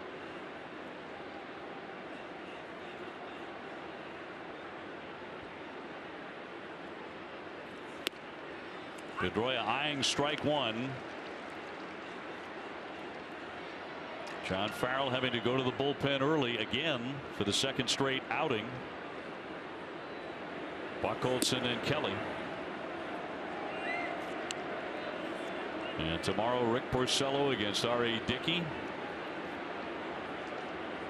That's at 1:07 tomorrow. And Sunday, also a 1:07 first pitch. That'll be Stephen Wright against Marco Estrada. So the Blue Jays will toss a knuckleballer at the Red Sox tomorrow, and then the Red Sox will return the favor on Sunday. And there's Stephen getting ready for his first start. 1-2 on Pedroia. Waved at and missed. Down he goes. Stroman gets him 1-2-3 for the 2nd consecutive inning. 7-2 Toronto.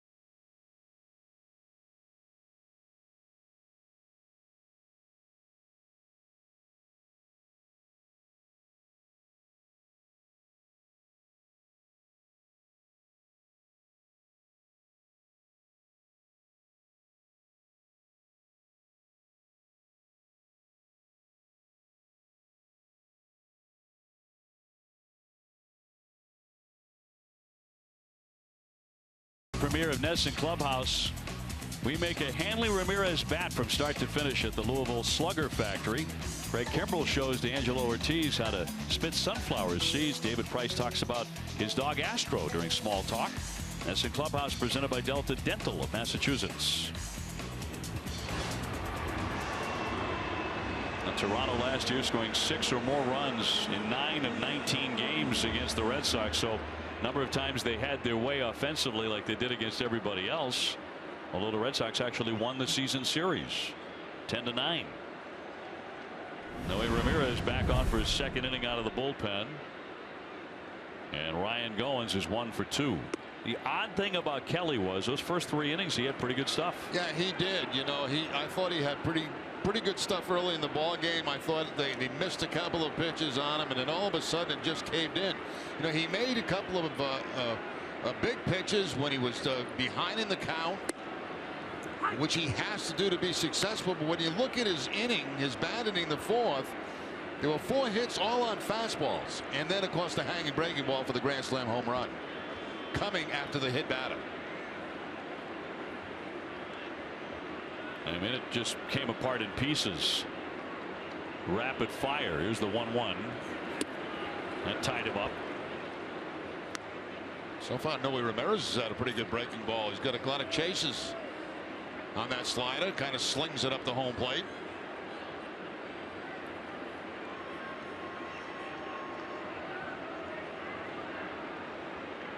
Goins, a very strong defensive infielder, left-hand hitter from Temple, Texas. One of the few in this lineup who is not a home run threat. In there for strike 3. Caught him looking. 1 man out. Fans, stay tuned following this half inning for stats, facts, and fantasy numbers from around Major League Baseball. So 1 away for Darwin Barney, who's had a perfect night tonight. He's 2 for 2. 2 singles. He drove in a run in that uprising in the 4th inning, which they scored 6 times on 7 hits and chased Joe Kelly out of the game. Up and in, ball 1. Barney was a member of the Chicago Cubs a few years ago and won a Gold Glove while with the Cubs. In fact, he set a National League record at second base for consecutive errorless games. 123 in a row without an error. He passed Ryne Sandberg's record.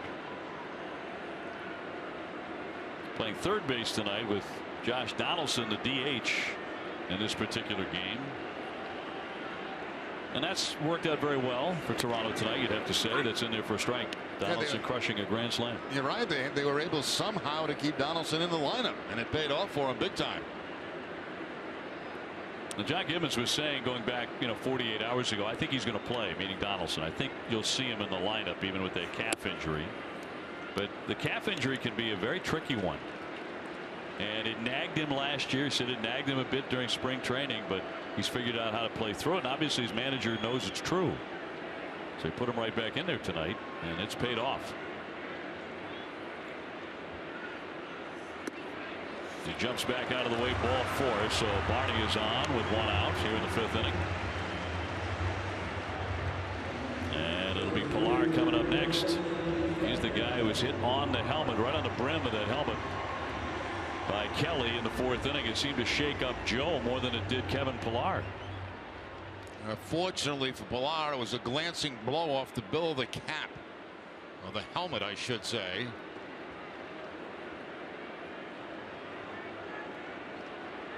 That was scary because that was a 96-mile-an-hour fastball. That was not a changeup or a curveball that didn't curve. That could have done a lot of damage. Go back to that pitch up, and you can see it deflect right off the top of the bill of the helmet. And I guess if you're going to get hit in the head, he was very fortunate right there to have it hit that part of the helmet. 1 out in the 1-0 pitch. Popped up, foul off first. Hanley Ramirez ranging, heading to the stands and makes the play. Nice catch. Those stands approaching. He hung in there on it.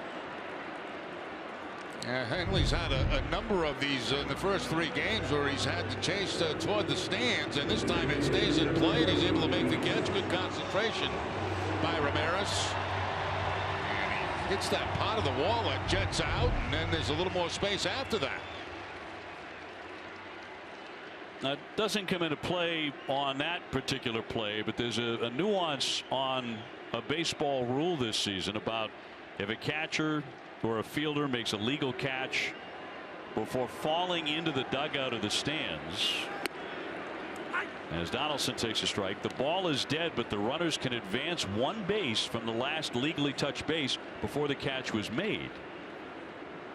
And before that was not true. You automatically advance that base. And that adds some strategy to what fielders and catchers do late in games. A high fly down the left field line. That is sky high. Holt into the corner and foul ground, leaping in, but he can't get to it. Hey, you're right, Dave, about that rule, because you know there comes a time in a ball game where you might be better off letting that ball just go foul and not making the catch, because the run would possibly score. So you've got to be heads up late in close games on that particular rule. Yeah, it could present some fascinating scenarios, like in the 9th inning of a tie game or something. Just outside for a ball on Donaldson. A strikeout, a ground out, and a grand slam for the MVP, who had been 8 for 16 against Kelly before the grand slam. So Joe Kelly doesn't have to look far to know who his nemesis is. Barney diving back in, a 5-run lead here for Toronto.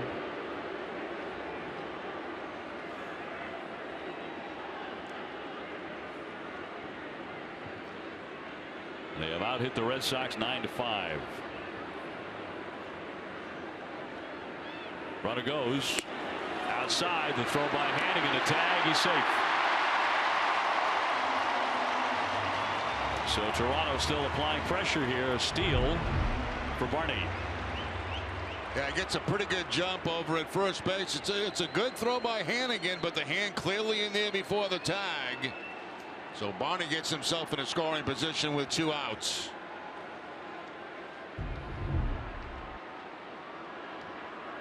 Been a while since he's done that. 2-2 coming. Roll toward third. Shaw will fire on and get him to retire the side. So that's all for Toronto. Blue Jays still on top by 5, 7-2 here at Rogers Center.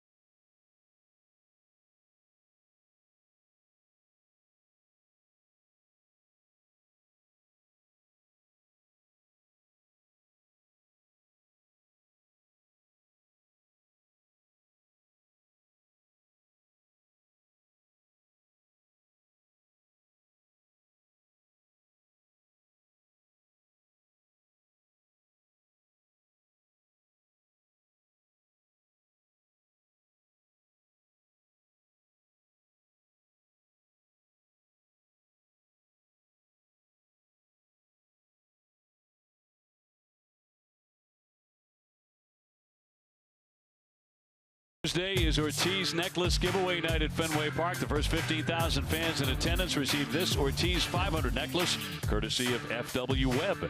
For tickets and more information, visit redsox.com/promos. Looks like the real thing. There's a lot of diamonds. A lot of diamonds. A lot of bling there for Big Papi.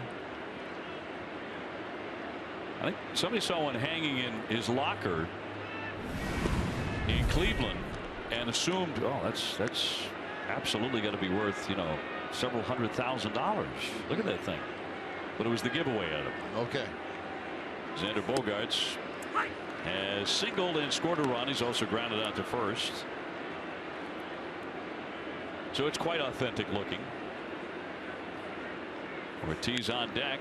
Line drive over third. That'll be a fair ball down the line. So Xander getting his swing in order. He's into second base with a double. And he is 2 for 3 tonight.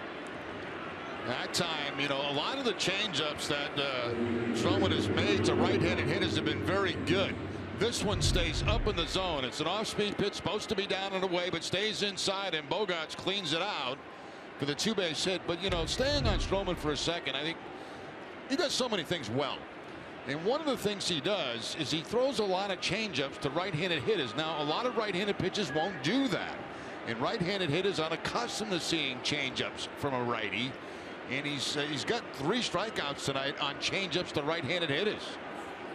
He's gotten David Ortiz on a strikeout. That was in the 2nd inning, but David Ortiz ripped the double to drive in a run in the 3rd for a little bit of revenge. Runner at second base. And nobody out.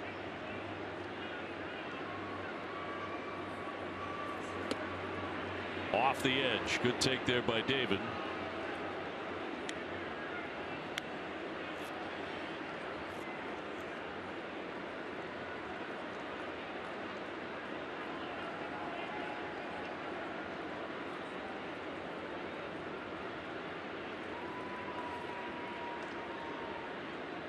And Stroman with a 2-0. He missed a little high. Stroman became quite an inspiration for a lot of folks. He didn't just sit around after blowing out his knee last year in spring training and wait for that to heal. He returned to Duke University for the spring semester. He was an All-American pitcher there and completed his college degree. And that'll be inside for ball 4.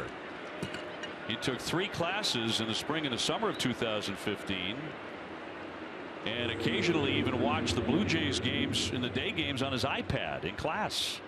He was following the progress of the club while he was rehabbing and completed his degree. Yeah, give him credit. That's a committed young man right there. Yeah, returned to the field last September in time to help Toronto win the American League East. Pete Walker out to the mound again. Yeah, talking Dave about strikeouts from Stroman, changeups to right-handed hitters, and here's a good example. There's one to Betts, that's away from him. There's going to be one to Pedroia, that's pretty much down the middle, and then he gets Dustin again on a changeup. But as I said, right-handed hitters against right-handed pitching, they don't see a lot of changeups from righties, and so it kind of catches you by surprise. And he's been able to get the 3 strikeouts on changeups to right-handed hitters tonight. So 2 men on for Hanley Ramirez. Red Sox trying to build something. They are down by 5 in the 6th inning. He has singled and grounded to second.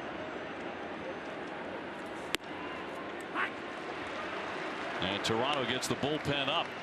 Chavez the right-hander, Morales the left-hander, former Red Sox.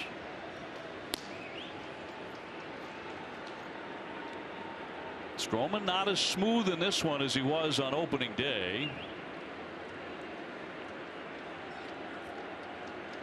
Sox are trying to climb back into it. Still time. Low for a ball on Hanley.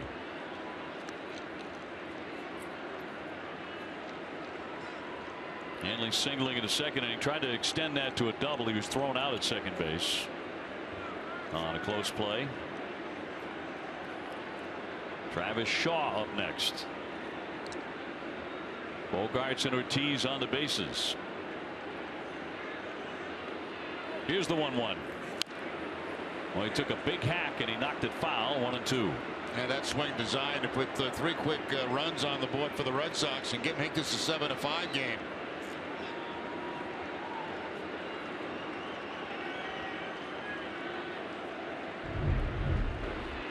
And Hanley gets a pretty good pitch to work on too. A fastball in, but fouls it straight back.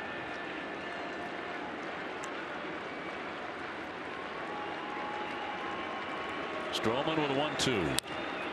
A little chopper to third base. Barney took a funny hop. He'll sling it on and just get it. Runners advance to second and third. That took a big bounce. We talked about those seams, Dave, earlier in the ball game in the infield. I mean, they're very visible, especially from our location. That ball had to hit a seam.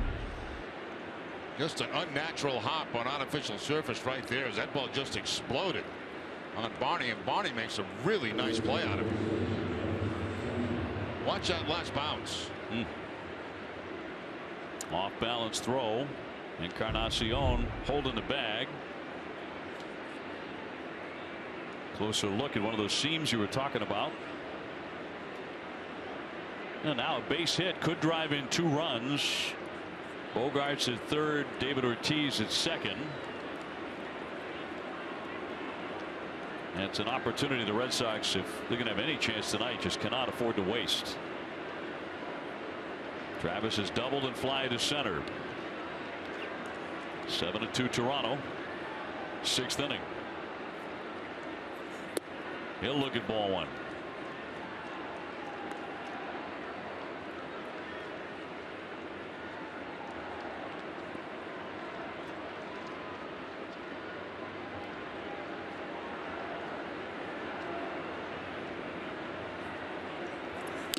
Pitch, and he fouled it off the catcher. And that'll square the count of 1 ball and 1 strike. Travis really took to heart the advice of David Ortiz at the end of last year, when David said, treat the offseason like it's the biggest offseason you'll ever have and be ready to go on day 1. And he did come out swinging and sustain that in spring training. David Ortiz has been a very big supporter. Swing and a miss on a pitch down into the dirt. 1-2.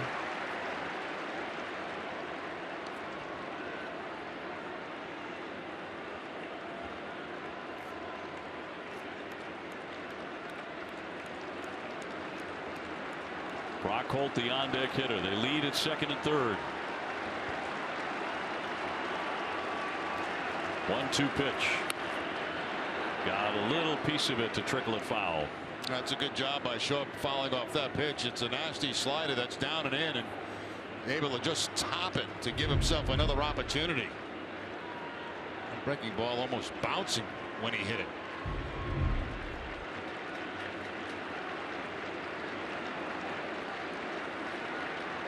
The 5'9" righty deals well outside. 2-2.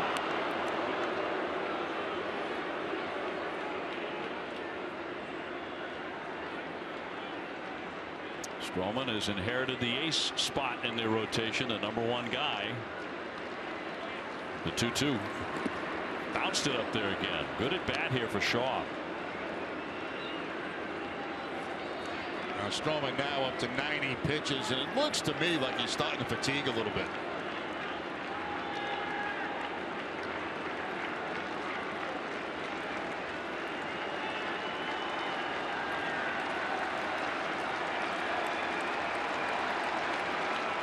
Shaw trying to come through here with 2 men in scoring position, and now Martin asked for time, and the catcher will head on out to the hill.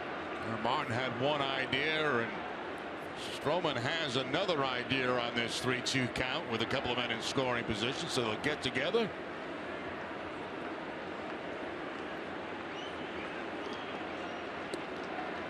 Now Martin back behind home plate.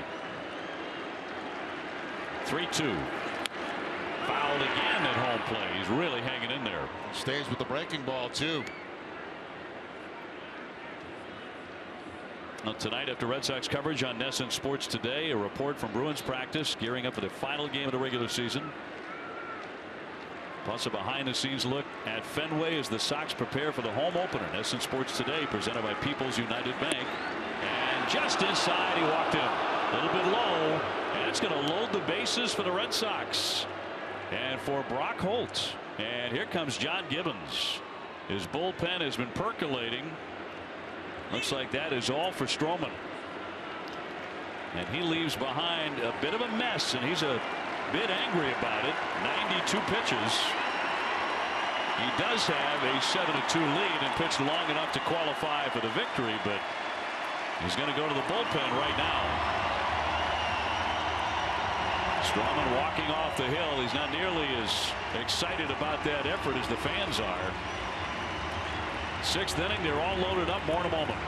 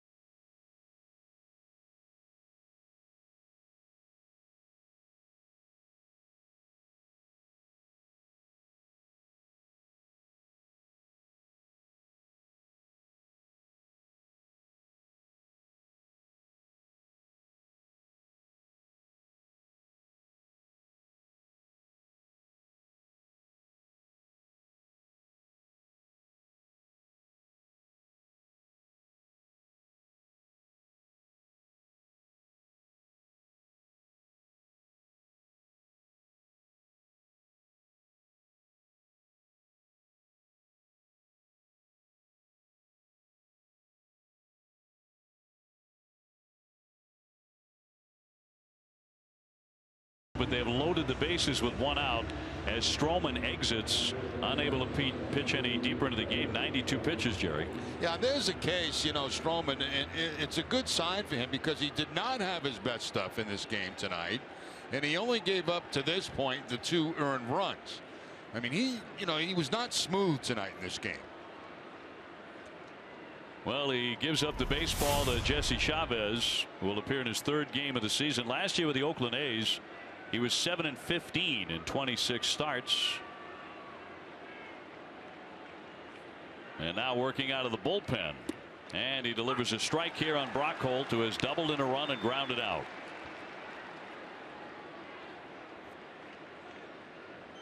2 for 6 against this right-hander in his career.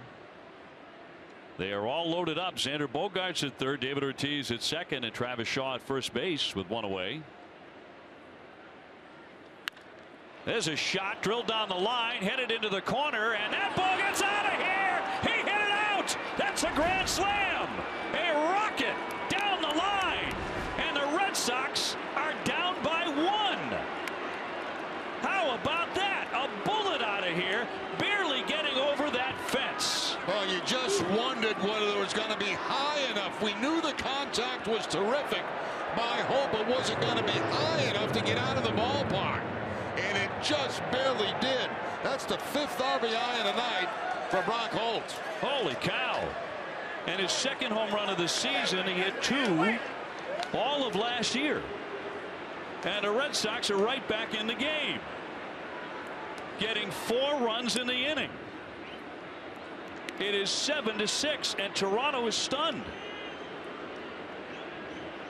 And so is Stroman. Hanigo to swing and a slicer down the line, and that one is going to fade foul. Just a bullet by Brock Holt. Yeah, let's take a look at the location of the fastball. It stays inside part of the plate, and Holt hooking it out of the ballpark. Well, you knew it was going to be at least 2 runs, 3 runs, but once it made it over that fence, 4 quick ones for the Red Sox. And you could hear a pin drop here at Rogers Center. Speedway proud to be New England's first choice for value and convenience. For every Red Sox homer this season, Speedway donates $500 to the Boston Children's Hospital. Stop by Speedway's store near you and pick up your Speedway rewards card and start earning points today.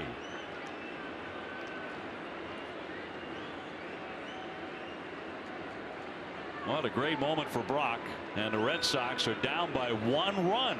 You know, it's interesting, Dave. They had an option of Morales, the left-hander, to come in against Brock Holt, and maybe Gibbons is thinking, well, they'll probably pinch hit Young for him, and Young obviously has more power than Brock Holt, so they go righty against lefty, and the Red Sox win that battle.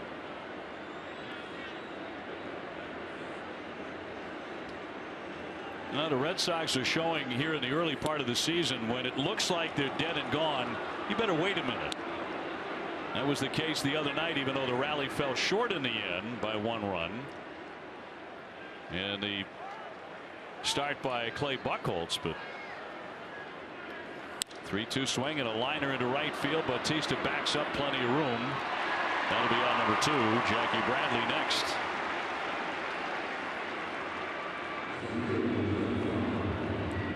And still all sorts of time here, only the 6th inning. You figure against Stroman, though, with a 5-run lead, your chances are very, very, very slim. Yeah, you thought that, you know, at that point he would calm down and get back into his game when he had the big lead, but he didn't. He never really did tonight. Jackie in this one is grounded to 2nd and to short. He's 0 for 2. He's delighted that Stroman is left because he's 0 for 8 against him. Chavez now in the game and misses low. Well, Xander Bogaerts started the rally with a double. David Ortiz took a walk. 1 out later, Travis Shaw took ball 4 to load him up for Brock Holt. Yeah, that was you know, you mentioned Bogaerts starting it off with a double, and that was on a lousy changeup, a changeup that stayed up and in on Bogaerts, and he was able to pull it for the double and across. There's the hero of the inning there, Brock Holt. And 2-1 picks up the corner for a strike. 2-2 on Jackie. And on the corner for strike 3, according to Fagan, but that missed the corner. No, that's Fagan's having a bad night. Brock Holt's having a pretty good night. He has driven in 5 runs, a grand slam. It's a 1-run game.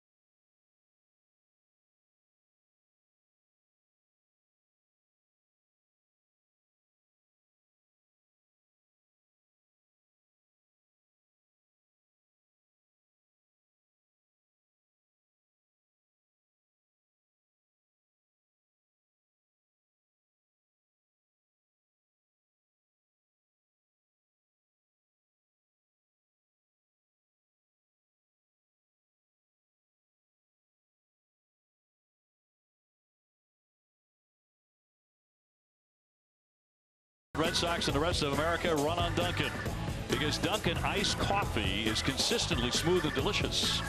Dunkin' Donuts coffee started right here in Boston and the #1 coffee in New England. The Boston Red Sox run on Dunkin'. What a charge by Brock Holt, who has just slammed a grand slam. It's the 2nd grand slam in the game. Josh Donaldson has won for Toronto. It's been that kind of a game. And the Red Sox are back in the contest here in the bottom of the 6th. It is 7-6 now. Matt Barnes coming on to face Jose Bautista, who has struck out twice and taken ball 4. Barnes out of Danbury, Connecticut, 6'4", slender 210, and his 2nd appearance in 2016. And needing to hold this offense back, this vaunted Toronto offense. Line drive and snagged by Xander Bogaerts in the whipping.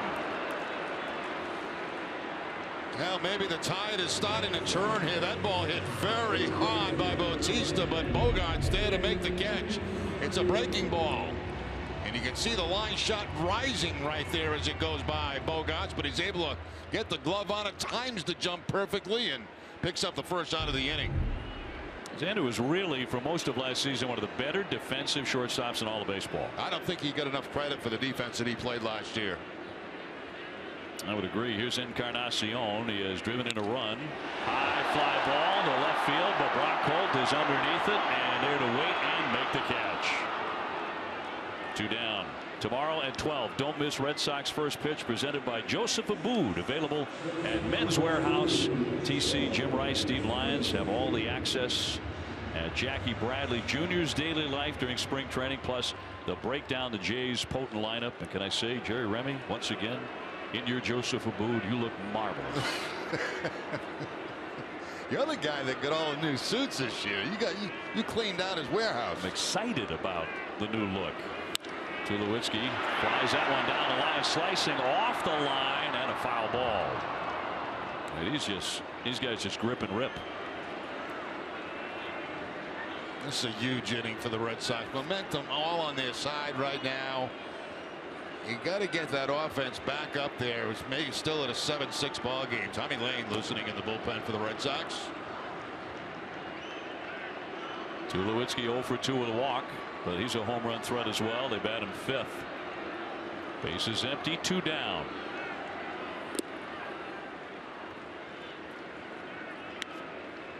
If you went away and you've just come back, the Red Sox have pulled within 1. They were 7-2 down before that man struck. Brock Holt with a grand slam. 7-6 Toronto in their home opener. That one just missed inside.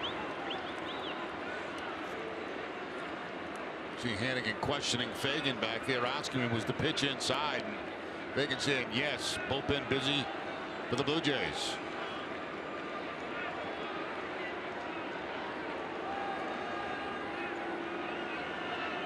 Barnes with a 2-1.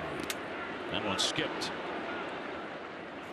There's no question in the offense of this Blue Jay team, but the rotation is what some people question. Stroman, Dickey, Estrada, Happ, Hutchison.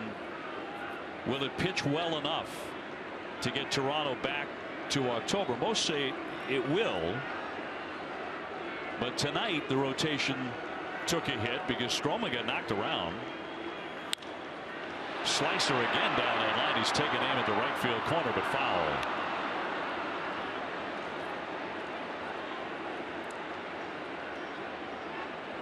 Of course, they can just bludgeon people. They'll get 8-9 runs a game. And the Red Sox are in that same situation, really. I mean, their offense has the ability to put up an awful lot of runs, and they've got to pitch too. It's 3 games in a row to start the season. The Sox have scored 6 runs. That should be plenty.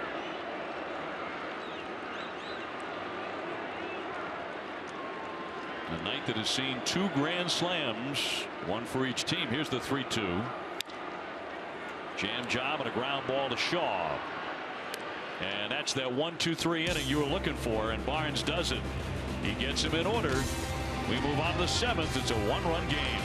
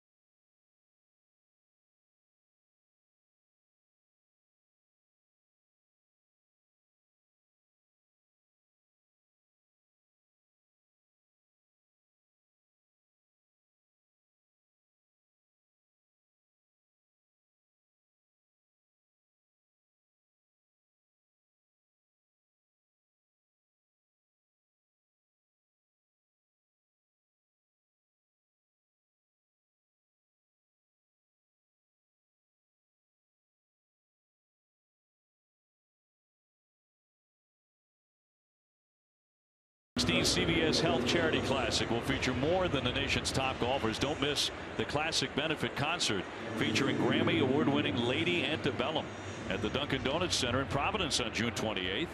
Get your tickets at Ticketmaster.com/Charity Classic Fenway. Well, Mookie Betts will lead it off here in the 7th inning. Red Sox trying to tie and get on top of Toronto. It's been another one of those wild games. It's the second one we've had in a row, Jerry. The Red Sox have fallen behind by a bunch and then rallied to pull within 1. And facing a new pitcher this inning, Drew Storen. See the numbers last year with Washington, 58 games. And 29 saves. High fly into right field. Bautista ranging back. Plenty of room there. And Mookie Betts is 0 for 4 as we look at the grand slams, one for each team. Well, back in the 4th inning, it's a hanging breaking ball right there to Donaldson. He clears the bases with the grand slam. And then later on in the game, Holt gets a fastball and he hooks it on a line. The question is, was it going to hit the wall or get out of the park? It gets out and puts the Red Sox right back in this game. Cincinnati and Milwaukee did it last year, where each side had a grand slam in one game they played. And the Red Sox and the Blue Jays have copied that tonight. Dustin Pedroia 0 for 3, 2 strikeouts and a line drive to right field. They sit safely in 14 straight games against Toronto. Lines that one to center field to make it 15 in a row. One out single for Pedroia. Xander Bogaerts, who is suddenly catching fire, is next. Now, tonight's suits are designed by Joseph Abboud, custom made in the USA of fine Italian fabrics, and available at Men's Warehouse. I think we'll see Joe Abboud on opening day at Fenway Park. Yeah, he'll be sitting probably right on that third base side. It's the man I want to be when I grow up.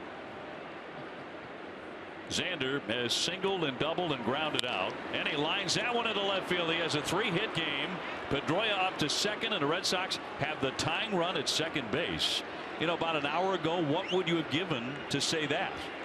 That wasn't going to happen. Exactly right. I mean, it looked like it was going to be one of those walk in the parks for the Toronto Blue Jays, and that is not the case at all. Bogaerts 3 hits tonight to get him off the sty after the first couple of games going hitless. Cecil will be brought into the game now by John Gibbons to face David Ortiz, and Big Papi with a chance to tie this up or put the Red Sox in front in the 7th inning. We'll have more in a moment.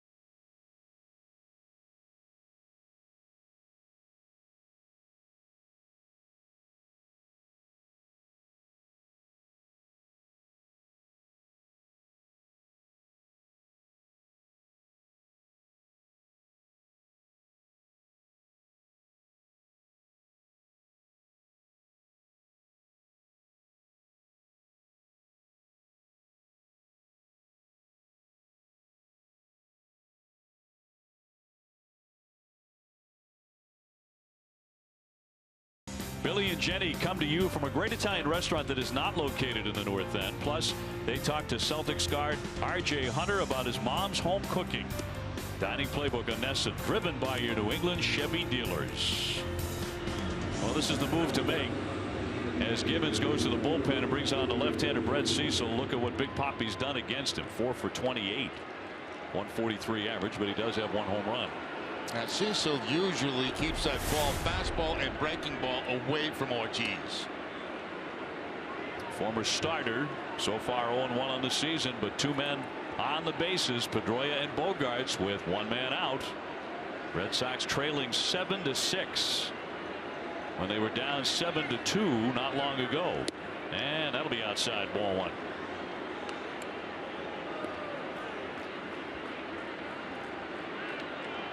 David tonight with an RBI double. He's also walked and scored. Pedroia representing the tying run at second base here in the top of the 7th. And that'll be inside.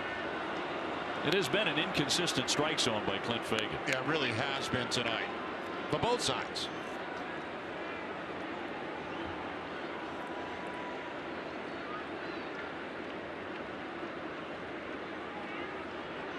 A single should make it 7-7. Into the dirt, stopped by Martin, and that kept the runners at first and second. Now the question here, do you give Ortiz against a guy that he struggled against, but a guy that could also put 3 quick ones on the board, the green light? Probably going to get a fastball here. Will he be swinging? 3-0 to count. And in there for a strike. I'm not sure what David was doing there. He looked like a leadoff man who was trying to slap a ball by the third baseman. Yeah. Little wiggle. Like he wanted nothing to do with that one. But now the count's 3-1. The hitters count for Big Papi. David asking for time. They do stack a shift. 3 men to the right. Although they do not put anybody in short right field. Foul at the plate. He took a massive swing. Oh, he had his pitch there, Dave. He's in the hitter's count. 3 balls, 1 strike. He's got fastball in. That's where he's looking, middle in, and he missed it.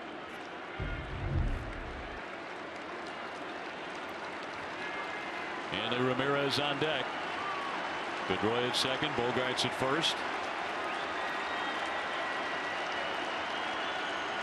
Cecil has been so tough on David in the past. Line drive into right field. That's going to drop down. Here comes Pedroia. He's on to third. He's coming home. The Red Sox have tied the game. Bogarts into third. David Ortiz comes through with his second RBI. And this one is tied 7-7. Well, for a guy that facing the pitcher who he really struggles at, let's take a look at the whole at bat for David Ortiz. He starts him off with a slider and misses away. Now that's a tough pitch for Ortiz to lay off. He comes back with fastball in. Could have been a strike, but not called. Back to the breaking ball away. 3-0. Now Ortiz just taking 3-0. Gets a strike. Right back with a fastball. Good pitch to hit right there, but fouled it off. He missed a pitch. Then he gets the breaking ball for the base hit. Well, another wild one here tonight. Second straight game the Red Sox have played one like this, and still only 1 man out, and Hanley Ramirez can hit a fly ball of decent depth, and he can put the Red Sox in front. 1 for 3 tonight. He waves and misses on an off-speed pitch at 82. So strike 1 on Hanley. 1 for 4 in his career against the left-hander. A 7-7 tie. And Bogarts representing the go-ahead run after the base hit by Big Papi. The 0-1. Ground ball to base hit. Here comes the run, and the Red Sox have the lead 8-7. Second hit tonight for Hanley. 8-7 Boston. How do you like this? What a start Hanley Ramirez has had offensively this season. 2 hits in the ball game tonight. A huge hit right there. Ground ball. He shortened up that swing. He's getting more contact.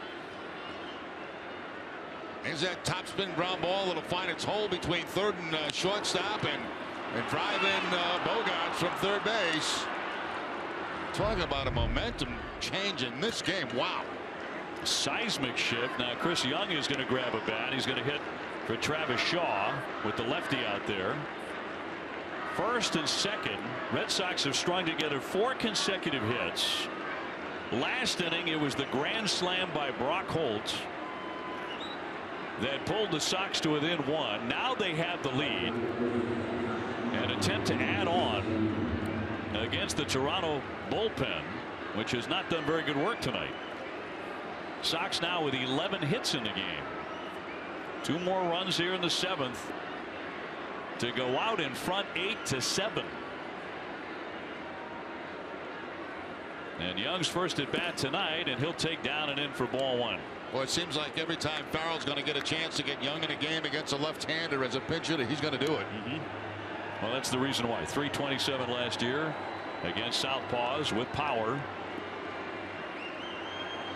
Chris batting for Shaw. And the 1-0 pitch. He's taking a strike. David Ortiz at second. Hanley Ramirez at first. Hanley with another multi-hit game. But this rally got started in this inning on the Dustin Pedroia base hit. Picking on Toronto again, which he does so often.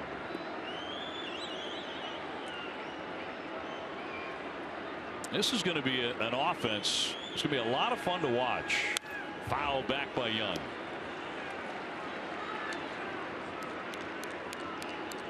You just don't want the pitching staff to keep putting the Red Sox offense in this position over and over. Long way to go yet, though, in this one.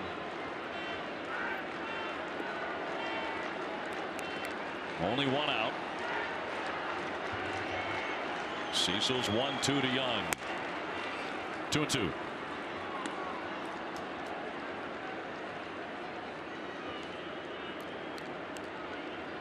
We talked about it early in the show tonight that the Red Sox gave Toronto a very hard time last year, even though Boston finished last. They won the season series against the Blue Jays. Foul tipped into the mid. He had a pitch to hit and he knows it. He strikes out. Yeah, that's why he's so angry. That was a breaking ball, and it was one that was right over the heart of the plate, but no contact by Young. However, that brings up the red hot Brock Holt again. Brock has doubled in a run and ripped a grand slam down the line that barely cleared the 328 mark.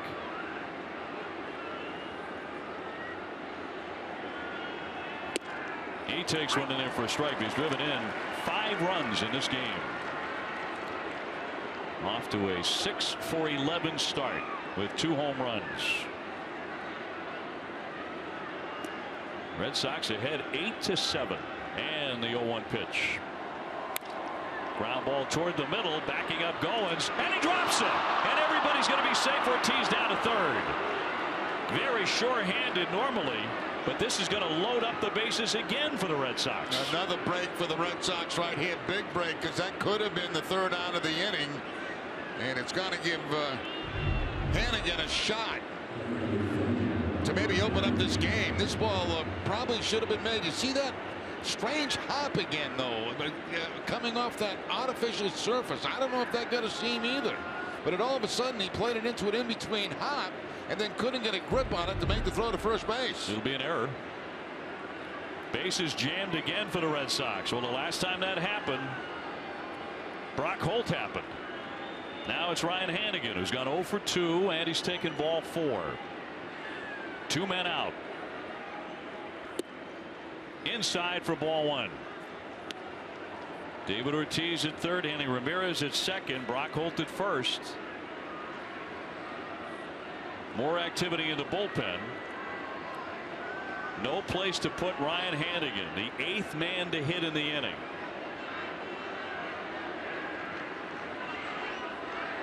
And the lefty's 1-0. That's a strike. Behind in the count, Cecil goes to the changeup, and a good one away from Hannigan. A good pitch for Hannigan to stay off of. A giant crowd in Toronto. They've been on the roller coaster ride tonight. They had a 7-2 lead, sitting pretty with their #1 pitcher on the mound. That one popped up on the infield. Here comes Goins along with Tulowitzki, and they collide, but the second baseman makes the catch. I don't think either one of them are happy. Nobody happy in Toronto right now. The Red Sox are on top 8-7.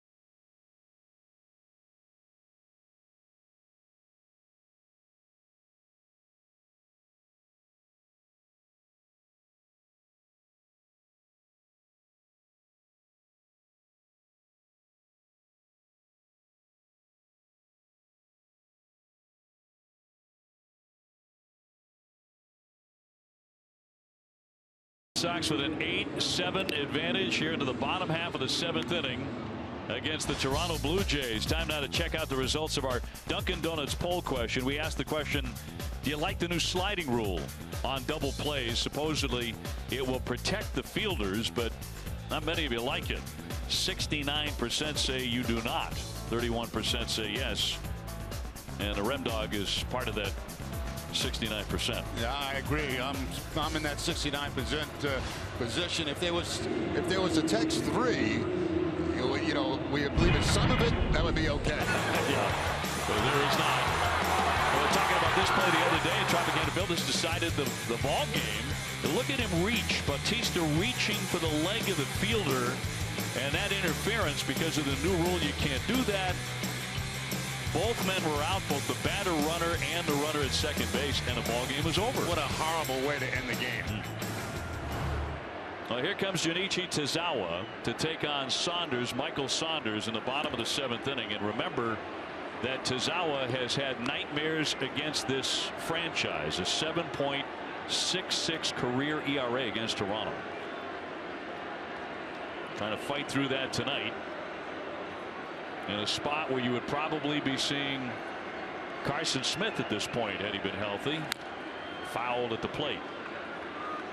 Saunders has 2 hits tonight. He's gone 2 for 3. 8 runs on 11 hits for the Red Sox. 7 runs on 9 hits for Toronto. Red Sox were down in this game 7-2. Rallied to get 4 runs on the grand slam by Brock Holt. Just scored 2 more in the top of the 7th inning to surge into the lead. And the 1-1. He checked and it's high. Well, it's a split-fingered fastball there. Not a good one. Stayed up in the zone, up and away. It was a split-fingered fastball that Napoli hit off Tazawa for a home run in Cleveland. Tazawa gave up the home run to Mike Napoli in Cleveland. It was the game winner the other night. Sox losing by 1. That drops downstairs.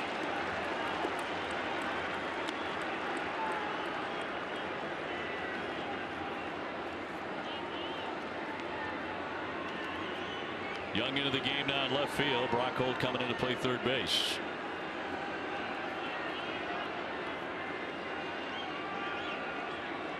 Tazawa getting a sign from Hannigan. Red Sox just left the bases loaded, so they could have done more damage. 3-1. He took a big cut, fouled it back. A challenge time right there. Fastball in the 3-1 count at 93 miles an hour, and Saunders fouling it off.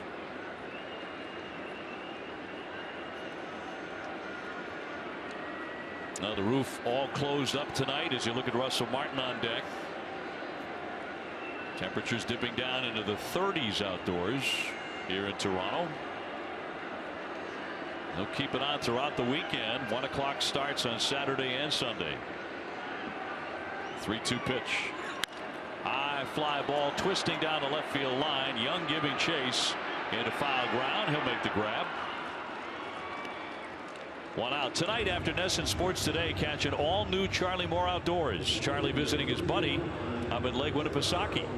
The two going fishing, visiting a shooting preserve, and they play some cornhole as well.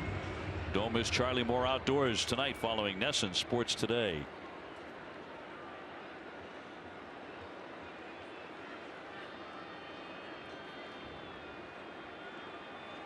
One man out, and here comes Russell Martin. He's 1 for 3 with a single. He's also struck out twice.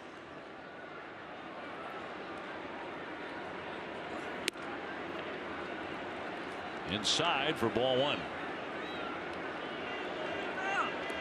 Yeah, Fagan getting it now from the Red Sox dugout a little bit. You can see him looking in there, and somebody's chirping away from the dugout. Red Sox have been unhappy with the strike zone all night. Base is empty. 8-7 Boston.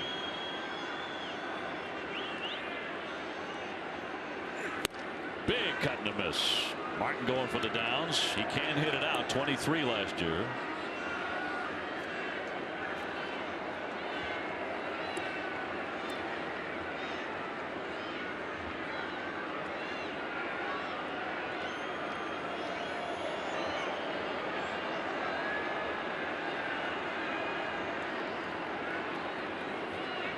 The 1-1 to Martin. Breaking ball in for a strike. There's a curveball he's fond of. You know, that's in the same spot as the first one. So Martin turns around now and wants to know, which one is a strike? Breaking ball, almost the exact same spot that the first one was called the ball. This time it's a strike. Torey Lovullo letting him have it a little bit. The 1-2 pitch into the dirt. Torey, who did such a fine job with this ball club after John Farrell got sick.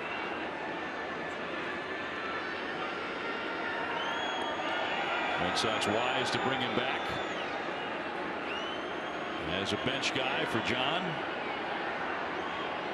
Torey's father was the producer of a number of television programs. He grew up in Hollywood on soundstage. Remember Hee Haw? Oh, yeah. His father produced Hee Haw. 2-2. Waved at and missed. Made a great pitch there to strike him out. Now finally he makes a splitter where he's supposed to have it, and that's down and out of the strike zone. Been a lot of off-speed pitches, curveballs and splits for Tazawa this inning, and that's a good one there. Started knee high and let it finish below the knees, somewhere around the ankles. So 2 up, 2 down. Ryan Goins next. He's the number 8 hitter. Red Sox with an 8-7 lead. And perhaps when the Red Sox fell behind by 5 runs, you clicked off for a little while, but we're delighted you're back.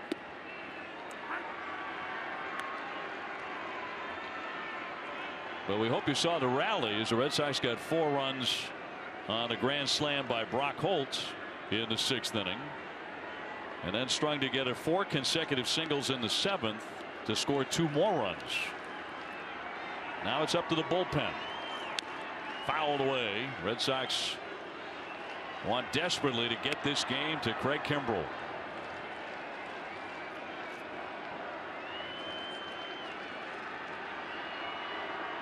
It would do Tazawa a world of good, Jerry, to get a 1-2-3 inning here for a lot of reasons. I mean, his own mental state about Toronto. You're exactly right. You know it's in his head that he doesn't pitch here very well at all against this ball club. So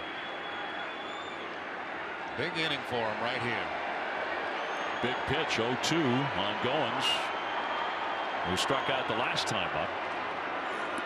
Into the dirt on the splitter.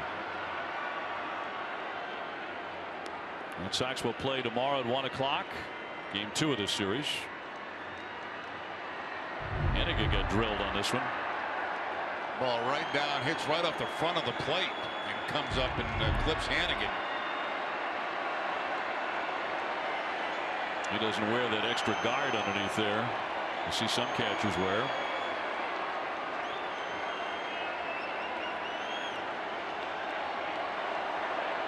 A ball and 2 strikes here on Goins.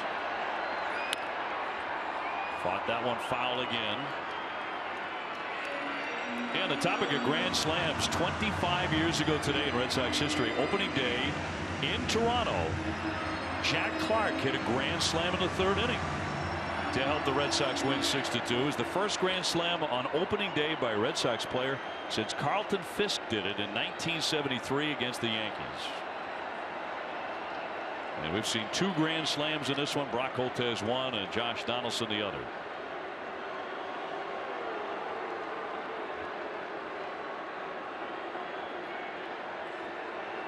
One-two. Bloop foul against. First time it's ever happened in a Red Sox and Blue Jays game where we've seen a grand slam by each team. And the first one looked like it was going to put the game away. The one by Donaldson. And Holt got the Red Sox right back in this thing. Yeah, the early personality for this Red Sox team is you may not want to click off just yet. You may want to wait, no matter how many runs they're down. Gavin Floyd, former White Sox pitcher, now loosening in their bullpen. 1-2 again. Liner on 1-hop, snagged by Pedroia. Nice play by Petey, and that's a 1-2-3 inning for Tazawa. And he's delighted by that. Red Sox leading 8-7 as we go to the 8th.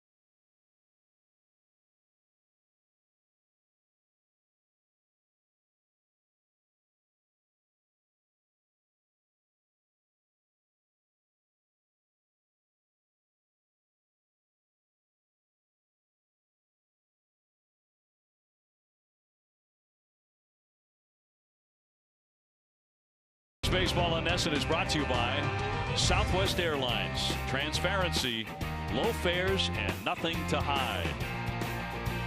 Red Sox holding on to an 8-7 lead in what has been a wild one. On to the 8th inning, and here's how we got here tonight. Grand slams. You like them? We've seen 2 of them. Yeah, back in the 4th inning, Donaldson on a breaking ball right there. A slider that didn't slide very much, and out of the ballpark he goes. And then in the 6th inning, Brock Holt, line drive, grand slam. That made it a 1-run game, and then David Ortiz came up with a big hit against a lefty who's owned him in the past. Andy Ramirez with a single to put the Red Sox in front, chasing in Xander Bogaerts, and it's 8-7 as Jackie Bradley swings and misses to get the 8th inning underway against Gavin Floyd, former starter with the Chicago White Sox. And a guy who fractured an elbow last year, so he barely pitched. But back on their bump as a reliever now. Jackie Bradley, then Mookie Betts. Mookie's looking for his first hit, and then Dustin Pedroia. Petey really got that rally going in the 7th with a base hit. Bounced up there for a ball.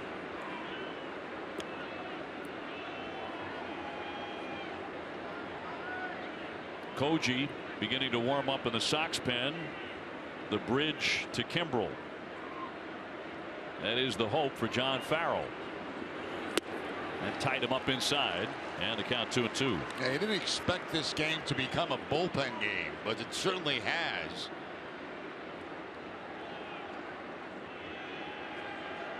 I was talking to Craig Kimbrel before the game about pitching here in Toronto. He's only done it once, and he said the ballpark was about a third full at the time, as that's flared foul. But he said he enjoyed it. He had a great time here, and he was hoping to pitch tonight.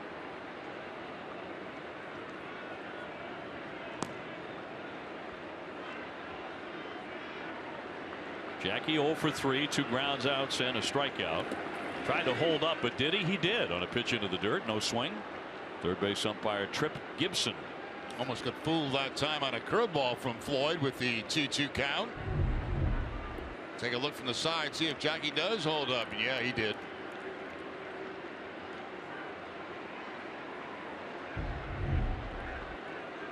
So full count. Waved in and missed. Picked up by Martin. He'll have to throw on to get him, and that's a strikeout. 1 away in the Sox 8th inning. Up to the top of the order in Mookie Betts. From improving your diet to the latest cancer treatments, you can learn all about stomach disease this month from experts at Beth Israel Deaconess Medical Center. Visit bidmc.org/yourhealth. Mookie with a strikeout, 2 groundouts to third base, and also a fly to right field, so he's 0 for 4.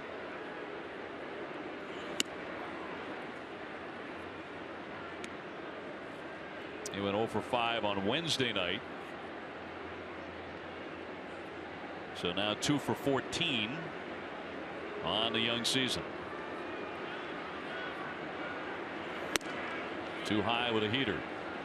Yeah, Floyd still with pretty good velocity. 93 on that last fastball. I just missed up and out of the strike zone. That's a guy who won 17 games back in 2008 with the White Sox. He was 17-8 as a starter.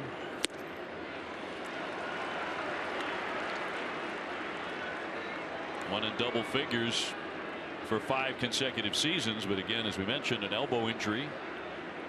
Fractured elbow cost him a lot of time the last year and a half. Here's the 2-1. Bounce to the plate.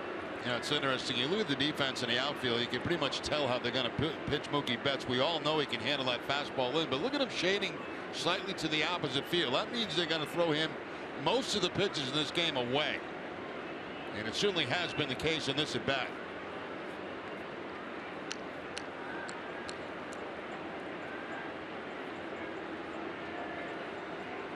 Well, 3-1 pitch.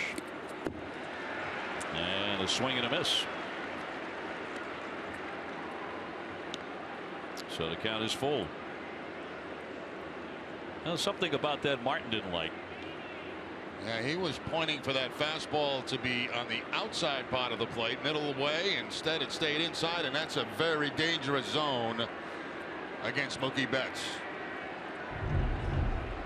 Here's Martin with that glove away, and watch for the location of the pitches inside, and dangerous spot against Mookie. The count is full. Popped him up. Martin ranging. Here comes Encarnacion 2. Martin will have it. Quiet night for Mookie. He's 0 for 5. Ace Ticket is Boston's trusted source for Red Sox tickets and has the best seats at the lowest prices to all the games at Fenway. How about this? A 200% guarantee. Treat yourself or someone you love by visiting aceticket.com or by calling 1-800-MY-SEATS. So pop to the catcher means they're 2 down, and Dustin Pedroia is 1 for 4 with a single and a big run in the 7th inning. Red Sox scoring twice to take the lead.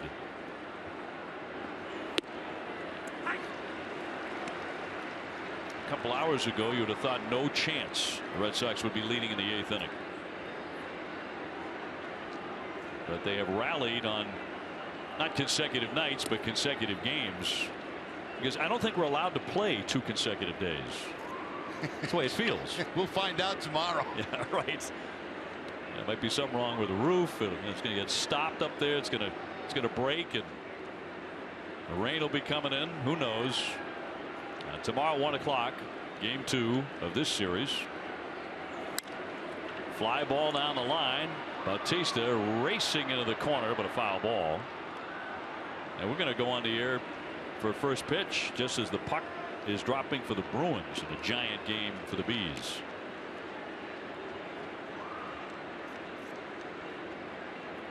Red Sox on top 8-7 here in the 8th. That's one of those games, you know, if you're on the Red Sox side, you get behind the way you do. You just kind of sit in the dugout and say, let's peck away at this lead and see what happens. Maybe late in the game we get a big blast. Now they get the big blast earlier than they thought. And Brock Holt's grand slam.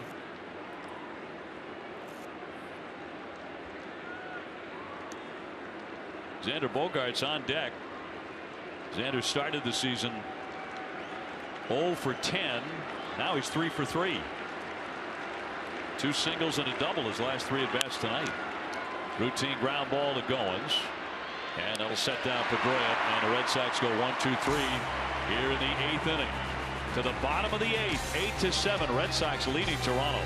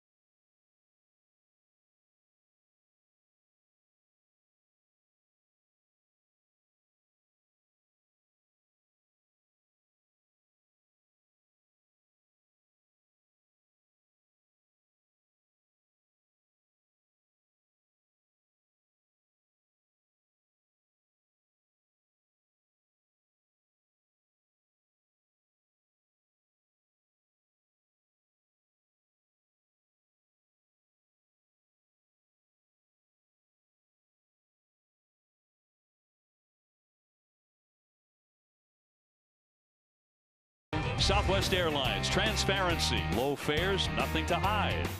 By buyatoyota.com, Toyota's website for deals.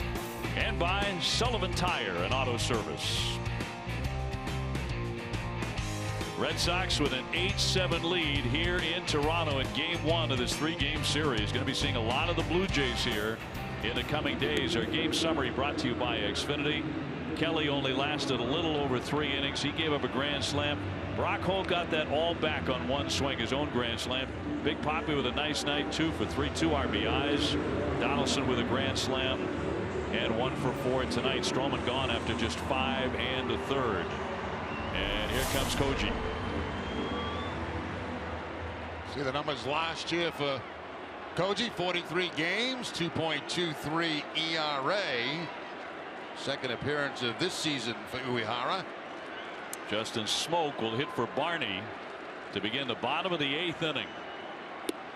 It's a big test for the Red Sox bullpen here. Koji trying to get it to the closer, Craig Kimbrell. Big shift put on by the Red Sox too. Pedroia, Bogarts both on the right side. Off the edge for a ball. Now they're going to shift when the hitters count 2-0. They don't expect the bunt anymore, so they'll put Bogarts back at shortstop and move Holt. Smoke just killed the Red Sox last year. 417 with 4 home runs. He went for another one there. 2-1.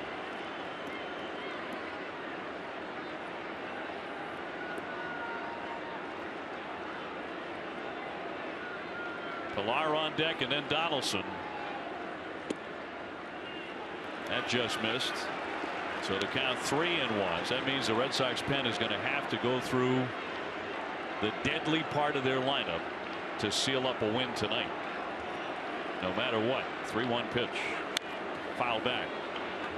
Fastball that time, 87 from Koji. The key there was he kept it away from Smoke, who likes the ball inside. Kimbrell relaxing at the moment. Red Sox leading by 1 run, and that'll be outside, ball 4, so they have a base runner. Koji upset with himself. And that's something that when he was a full-time closer hardly ever did, especially the leadoff man. Yeah, tried the split-fingered fastball on the 3-2 count, missed badly. Ezekiel Carrera will come on to run at first base, and the batter will be Kevin Pillar. He has tripled. He's also been hit by a pitch which caught him right on the helmet, the brim of the helmet.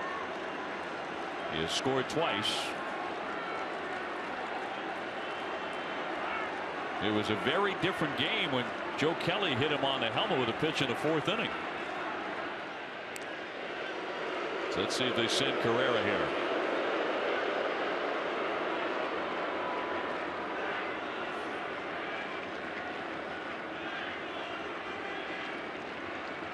Good speed at first base, nobody out. And a bunt attempt, but fouled away.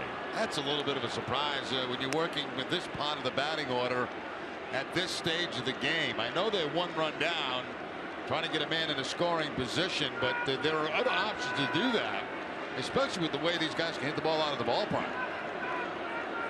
Pilar had 4 sacrifice bunts last year. See if they leave that on. Koji, of course, very famously picked a man off first base in the World Series, Colton Wong, who will always have nightmares about that in St. Louis.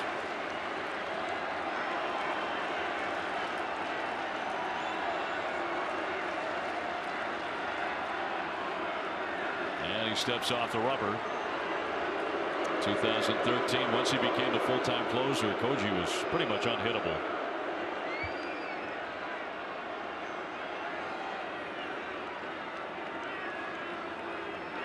He bunts and he gets it down, rolling. Koji's going to make the play to first base and get the out. And down to second is Carrera. Good job. Does a good job there, yeah. Very good job by Pilar, keeping that ball fair, and actually a very nice play by Koji, because where he had to pick the ball up, it was in a spot where he could have hit Pilar in the back with it. Watch how quickly he gets rid of this thing, and he gets it up over the head and shoulder of Pilar. Well, the Blue Jays get what they want. They get their man in scoring position at second base. And for Donaldson.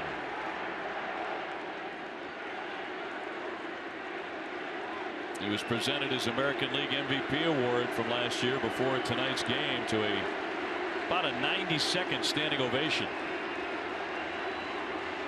And hit a grand slam in the 4th inning. One man out, first base is open, but you've got Bautista on deck. Hard grounder snagged by Holt. The runner going back to second. The throw to first in time. The runner retreats to second base. And that's out number 2. Oh, what a play by Brock Holt. And what a game by Brock Holt. Offensively getting the back into it. Now goes to the backhand right here to save a run. He checks that runner, makes him go back towards second base. Carrera really didn't know what to do. He remains at second base. Big play by Holt defensively. And a huge second out. But now comes Joey Bats. Silenced so far tonight. He is 0 for 3, but has never been quiet very long against the Red Sox, with 35 career home runs against Boston. The tying run at second for Toronto in the bottom of the 8th inning.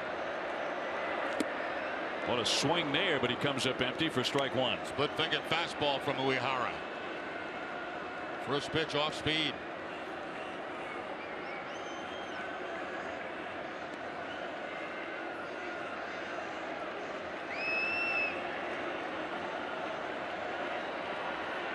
He has hit 2 solo home runs against Koji. High and tight, 1-1. This game has had so many swings back and forth, hasn't it? It really has, offensively, pitching wise. The emotion of the grand slams. A packed house in Toronto here on their opening night. The 1-1. 1-2. Was that splitter again by Koji, that time away from Bautista, and a kind of a wild swing that time. First one was inside, this one outside.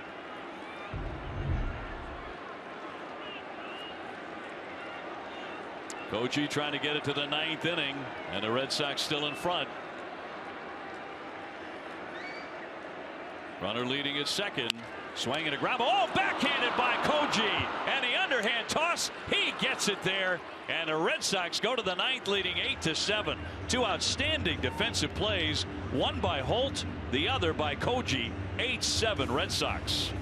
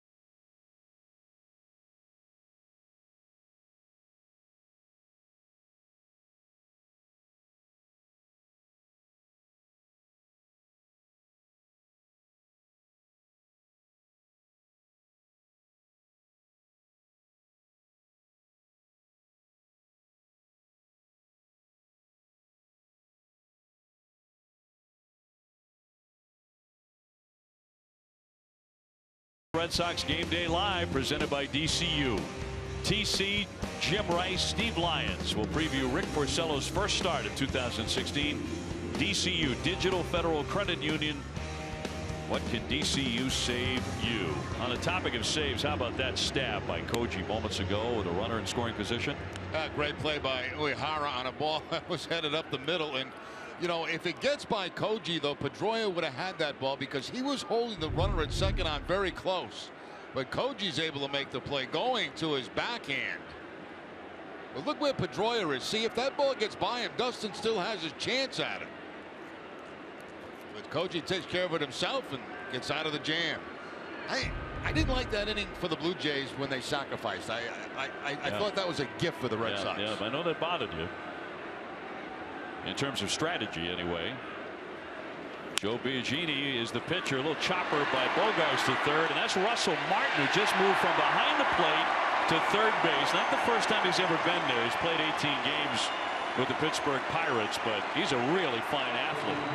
And Bogarts figured he'd try to find him right away on the field. He did find him, but fortunately for Martin, he had a nice high hop on that and made it a pretty easy play across the diamond.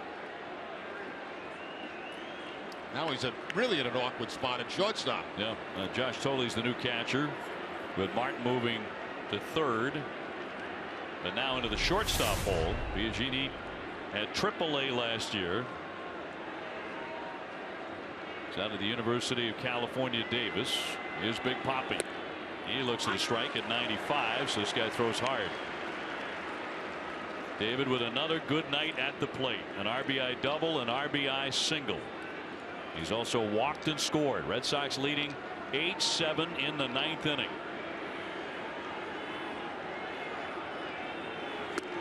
Did he go? He did. Home plate umpire Fagan says he swung the bat, and it's 0-2. Kimbrel beginning to warm in the bullpen. The Red Sox closer.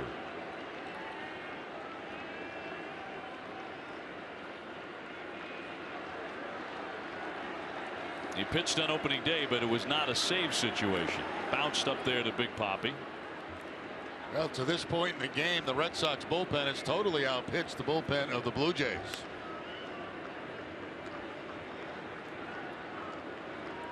Now their bullpen collapsed.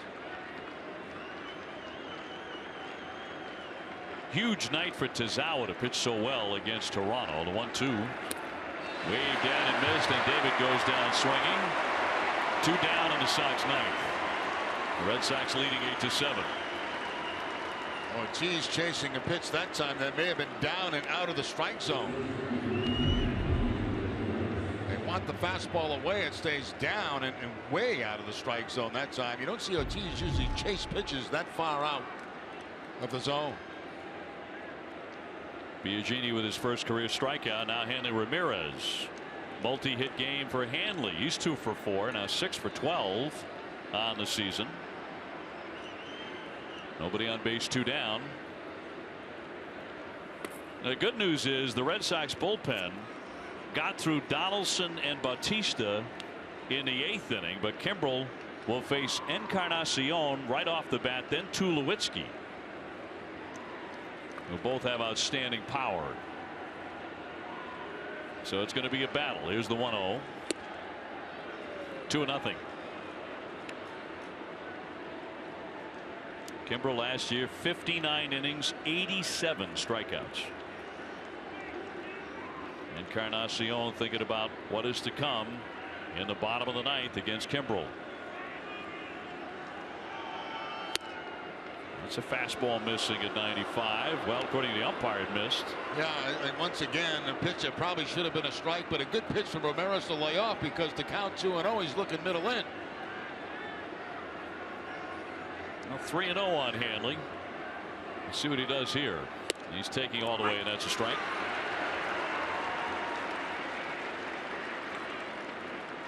Chris Young is on deck. Once again, right at the bottom of the strike zone. Good call that time on the 3-0 count. Totally framing that. He'll catch R.A. Dickey tomorrow, the knuckleballer. The 3-1.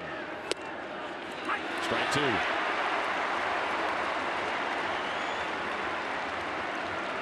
So all filled up now on Hanley. 2 down, bases are clean. Young hoping to bat in the inning. Red Sox in the lead 8-7 here in the ninth inning. We have been on the seesaw tonight in Toronto, believe me.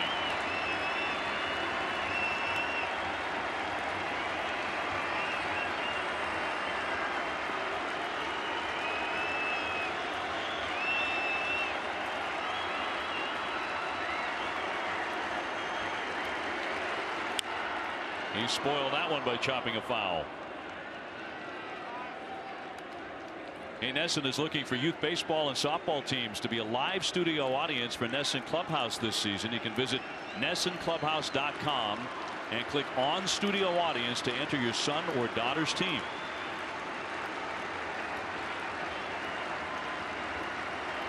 Three and two.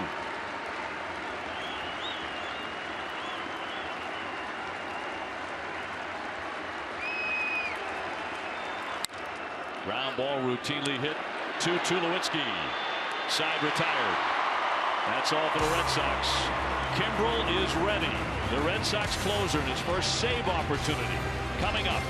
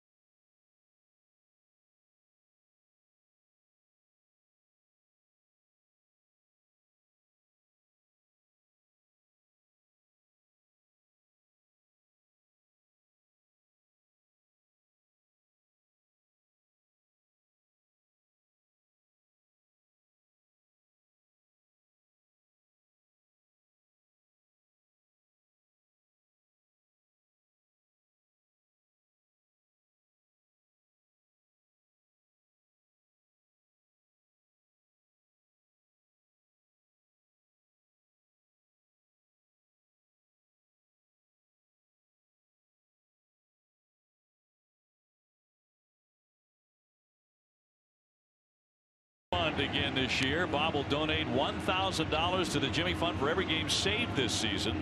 Everybody saves at Bob's, the only choice for untouchable furniture value. Available in store or at mybobs.com.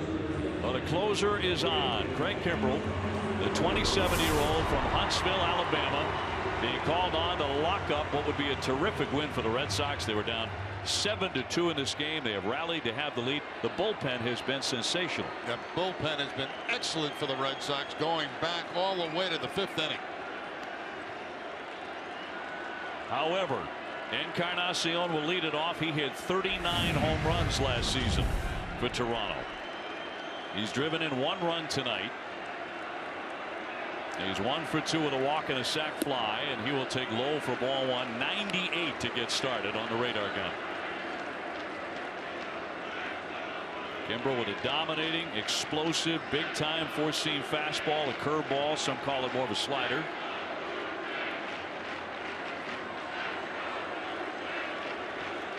And trying to put this one into the win column. Red Sox leading 8-7 in the ninth. And that's a strike. Tulowitzki on deck.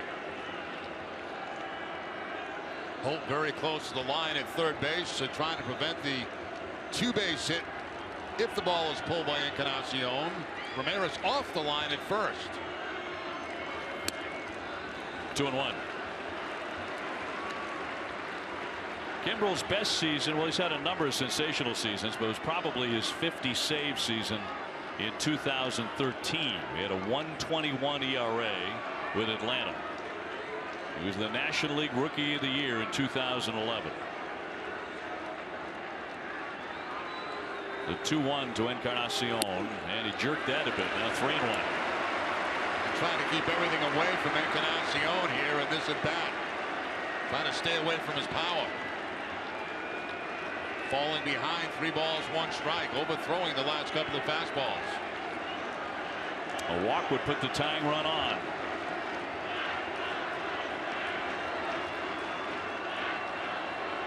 The 3-1 pitch.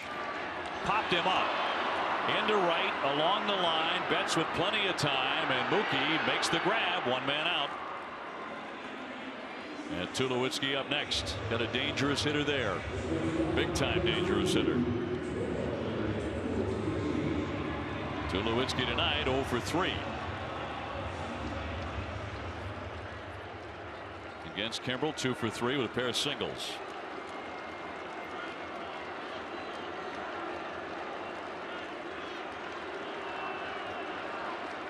Kimbrel with a conversion rate for saves in his career of 91%.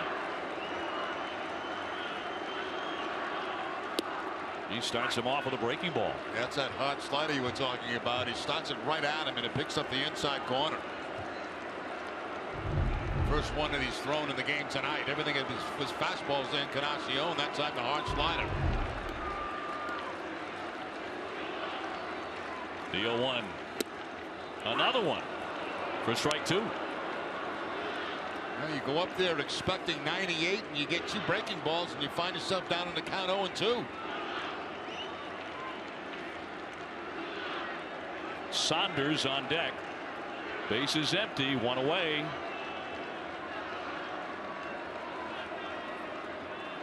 Here comes the 0-2. Oh, that just missed, said Fagan.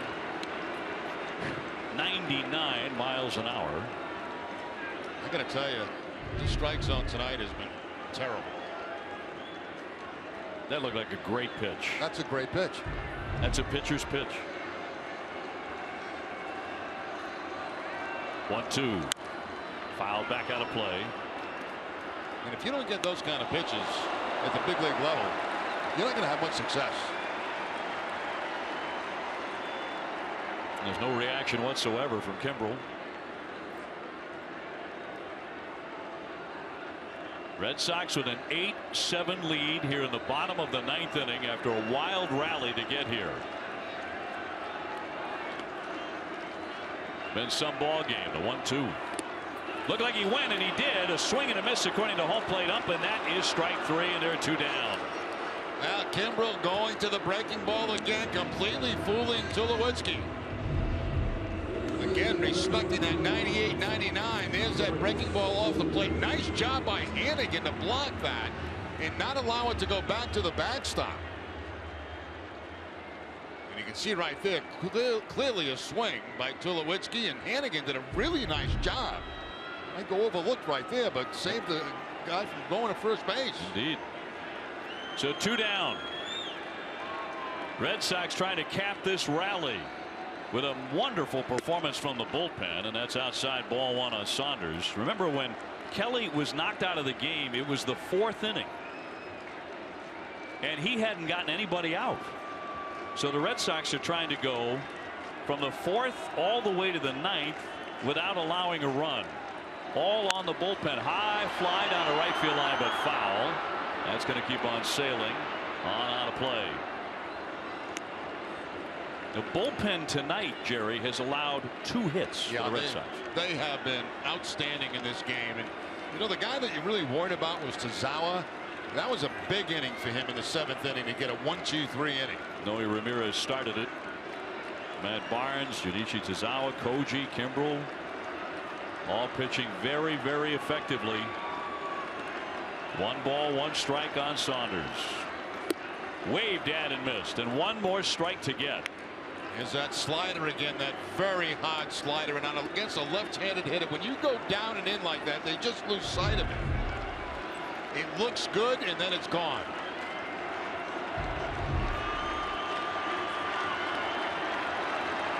Kimbrel, a strike away from the save, delivers, and he buried that into the dirt all the way to the backstop. 2-2.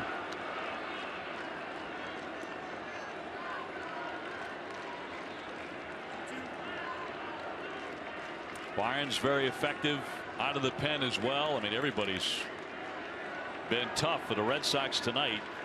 Never gave up on this thing when they were down 7-2. And the offense has been tremendous. Nobody better than Brock Holt. The 2-2. Fouled back by Saunders.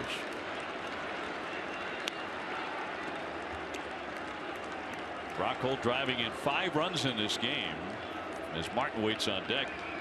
He's also made an outstanding defensive play at third base. But there have been plenty of stars for the Red Sox tonight. David Ortiz with 2 hits. Xander Bogaerts with 3. Andy Ramirez with a couple. And now Kimbrel looking for his first save as a member of the Red Sox. Will he get it done right here on the 2-2 pitch to Saunders? High fly left center. That should do it. Young wants it, and the Red Sox win it. How about that one? 8-7 the final score tonight. The Red Sox come from behind 7-2 to steal a win from Toronto.